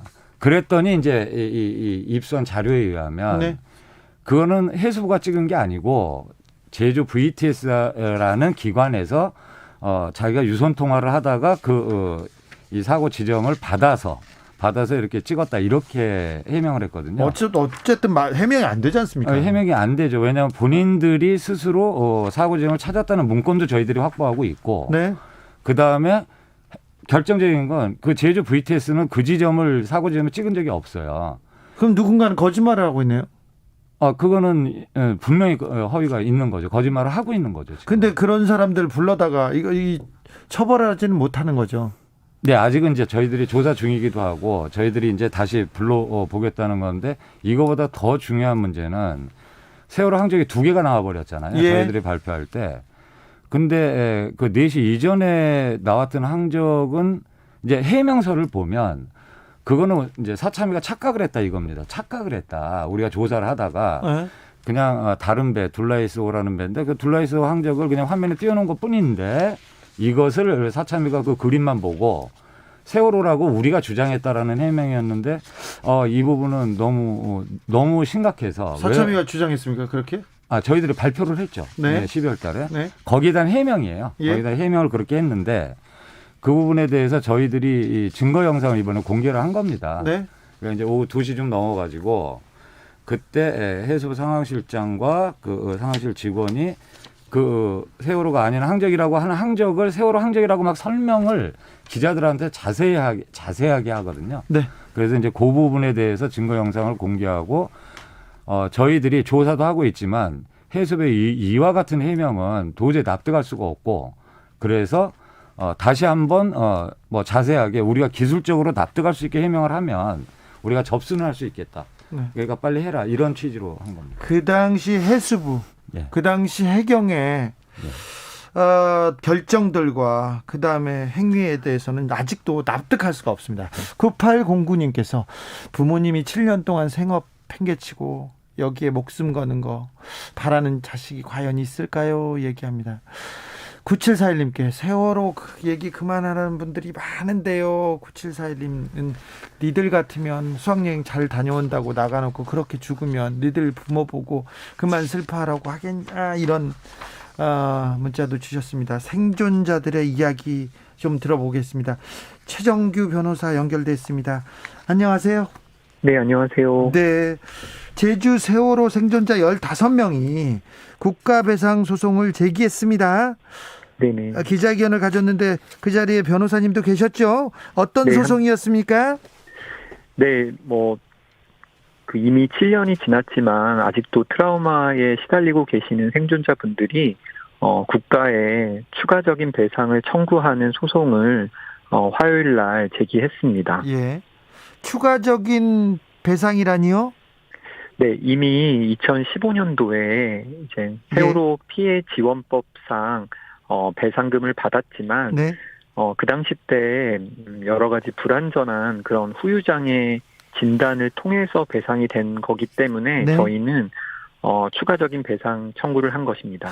세월호 생존자들은 어떻게 지내고 있습니까? 좀 트라우마는 어떻게 극복하고 계신지요? 네, 그 당시 이젠 한 4, 5년 정도의 그 후유 장애 치료를 받으면 정상적인 삶으로 복귀할 수 있다라고 평가를 받았는데요. 네. 지금 7년이 지났지만 사실 약을 먹지 않으면 잠을 잘 수 없다고 다 호소하고 계시고 또 그 계속 먹는 약의 개수도 올라가고 강도도 올라간다. 그래서 아이고. 정상적인 삶으로 회복이 안 된다. 그런 어려움을 호소하고 있습니다. 안타깝네요. 20명 넘는 승객을 구조한 파란 바지 의인 김동수 씨. 좀 어렵다. 힘든 생활 이어가고 있다는 얘기 들었습니다. 네, 이번에도 원래 기자회견에 참여하려고 하셨는데 네. 그 전날 또 수면제를 좀 과다하게 복용하셔서 또 현재 입원 중에 계시는데요. 네. 네, 다들 하루하루 참 힘든 삶을 살고 계십니다. 특히 김동수 씨 같은 경우에는 그 마지막 순간에 그 학생들을 다 구하지 못했다고 하는 죄책감으로 굉장히 힘들어 하십니다. 아이고, 20명 넘게 구했는데 아직도 못 구했다고 그걸로 자책하고 있군요. 네. 세월호 참사가 일어난 지 7년이 됐는데 아직 해결돼야 될 숙제들이 너무 많습니다. 앞으로 정부가 해야 할 일은 무엇입니까? 어떻게 보세요? 네, 저는 그 생존자와 관련해서 그 당시 때 국가가 그분들이 사실 치료가 다 끝나지도 않은 상황에서 그냥 후유장애를 평가해서 배상해서 그냥 더 이상 배상 청구할 수 없도록 다 모든 길을 막아버렸거든요. 사실 트라우마라는 게 사실 일시적 배상으로 끝날 수 있는 게 아닌데 국가가 이렇게 급하게 그냥 보상금 주고 끝을 외쳤어야 됐을까?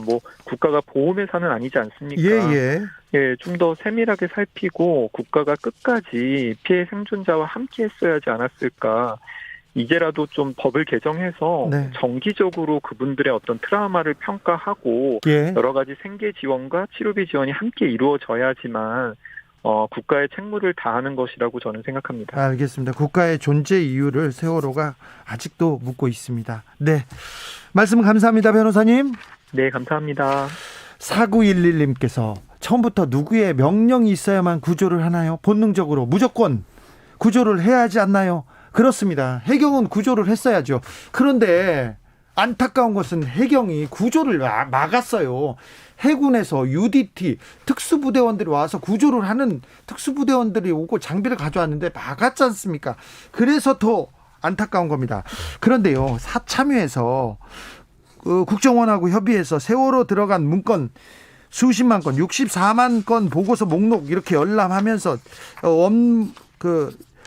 이 서류 조사하겠다고 밝혔습니다. 좀 조사가 진행됐습니까? 의미 있는 내용들이 나왔나요? 예, 현재 저희들이 일단 목록을 거의 다 봤고요. 그 목록만 봐도 제목이잖아요, 목록이. 그 제목만 봐도 의미 있는 내용들이 있을 거라고 판단을 해서 거기에 대한 이제 원문을 지금 열람 요청을 협의를 할 건데요. 네. 사실 더 중요한 건 목록조차도 공개가 안 되는 것들이 꽤 많습니다. 지금도요?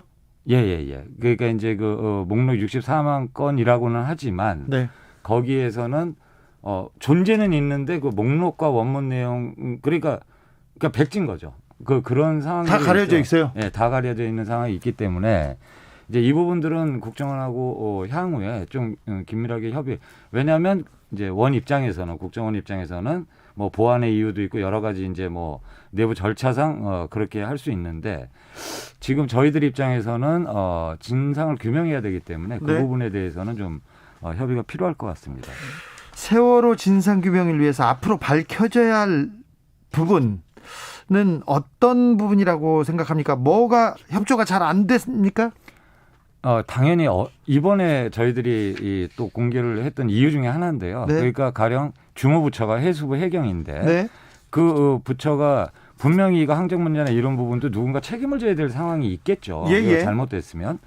그러면은 근데 아무도 책임을 지지 않으려고 하다 보니 어떠한 진상을 접근할 수 있겠습니까? 그들의 진술만을 쫓아서는. 네. 그래서 이 부분에 대해서 어떻게 됐든 컨트롤 타워 역할을 할 수밖에 없는 부분이 청와대인데 이제 청와대 쪽에서도 조금 더 적극적으로 예. 이 수사에 저희들 조사에 협조하고 어떻게든 하도록 해야 됩니다. 네. 근데 지금은 사실은 약간 이제 좀 떨어져 있는 상황이어서 그런 부분이 저희들에게는 좀 절실하다 이렇게 말씀드리는 게 맞겠습니다. 촛불 그리고 문재인 정부의 출범, 세월호 문제는 밝혀달라, 해결해달라고 하는 외침이 컸는데요. 지난 4년 동안 세월호 참사에 대해서 진상규명이 이루어지지 않았습니다. 그 이유가 뭐라고 보십니까?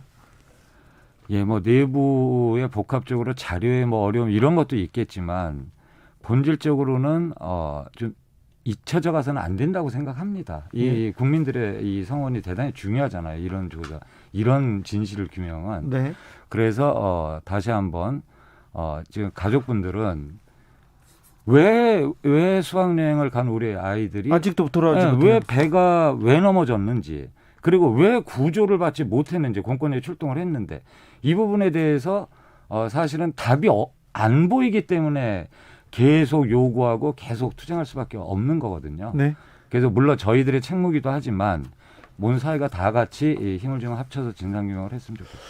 서참위가 2022년 6월까지 이렇게 활동을 하죠? 예, 조사를 하고 나머지 3개월은 이제 보고서 작성 기간으로 돼 있는. 어떤 상황입니다. 부분에 집중하시겠습니까? 예, 일단은 핵심적인 증거들의 훼손이 있거나 뭐 증거의 조작이 있다면 네. 이 부분은 뭐 치열하게 계속 갈 겁니다. 그 이유가 뭔지도 밝혀야 되고요. 네. 그래서 특검도 지금 요청을 해놓은 상황이고 네. 그리고 청와대 컨트롤 타워 도대체 진짜 뭐가 문제였는지 아직 제대로 안 밝혀졌고 네. 제일 중요한 선체 침몰 원인 네. 이 부분 저희들이 계속 밝혀가겠습니다. 국장님, 예. 그런데 최근에요.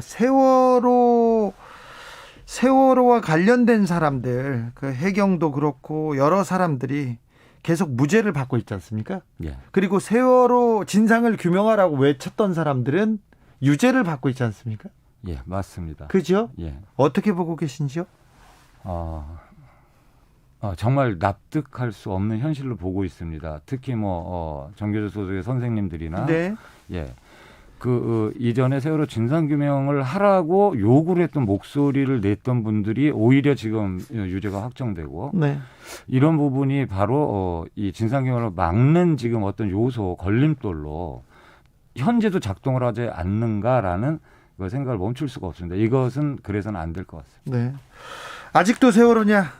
이 정도면 된 거 아니냐? 이렇게 얘기하는 사람들이 있습니다. 많은 사람들이 참사로 숨졌는데 세월호는 그래도 대접받았지 않느냐 이렇게 얘기하는 사람들이 있습니다. 많습니다. 이런 분들한테는 어떤 얘기해 주고 싶으세요? 예, 이것은 자기 문제로 생각을 해야 됩니다. 예. 그러니까 보통 국가가 사망 사건에 개입을 하면 그 사망의 원인을 다 알게 되지 않습니까? 예. 그리고 이제 협의하고 뭐 보상 이게 정상적인 절차죠. 예. 근데 아직까지 왜 사고가 났는지도 모르는 상황이고 네. 왜 구조가 안 됐는지가 정확하게 밝혀지지 않았는데 그거를 포기하라는 거는 너무 폭력적입니다. 네. 내일이 세월호 7주기입니다. 마지막으로 한 말씀 부탁드리겠습니다. 예. 마음이 정말 저도 안 좋습니다만은 저희들은 진상규명에 매진을 하는 기관이고 또 그렇게 해야 될 책무가 있기 때문에 네. 예, 추모하는 마음 그리고 그 이면에는 조사를 해서 진상규명을 하겠다는 마음으로 매진을 할 테니 이 방송을 들으시는 국민 여러분들도 반드시 저희 조사에 성원을 지지를 부탁을 드립니다. 네, 앞으로도 더 고생해 주십시오. 예. 지금까지 박병우 사참위 세월호 참사 진상규명국장 그리고 최정규 변호사였습니다. 감사합니다. 예, 감사합니다. 4월입니다. 4월만 되면 세월의 생각에 마음이 무겁습니다. 박지윤의 4월 16일 들으면서 주진우 라이브 마무리하겠습니다. 최연자님께서 아유 답답해, 왜 이렇게 안 되는 게 많아요, 도대체 할 수 있는 건 뭡니까, 아우 화나요 얘기합니다. 2329님은 현 정권이 4년 동안 뭘 했어요, 과연 밝히고 싶은 의지가 있기는 합니까, 이렇게 얘기합니다. 어서 진상이 규명되고 아이들을 계속 기다리는 부모님들이 집으로 돌아갔으면 하는 생각이 있습니다. 자, 내일 오후 5시 5분에 저는 돌아오겠습니다. 지금까지 주진우였습니다. 시간들도 지나고 나면 모두 다 잊혀져 간대.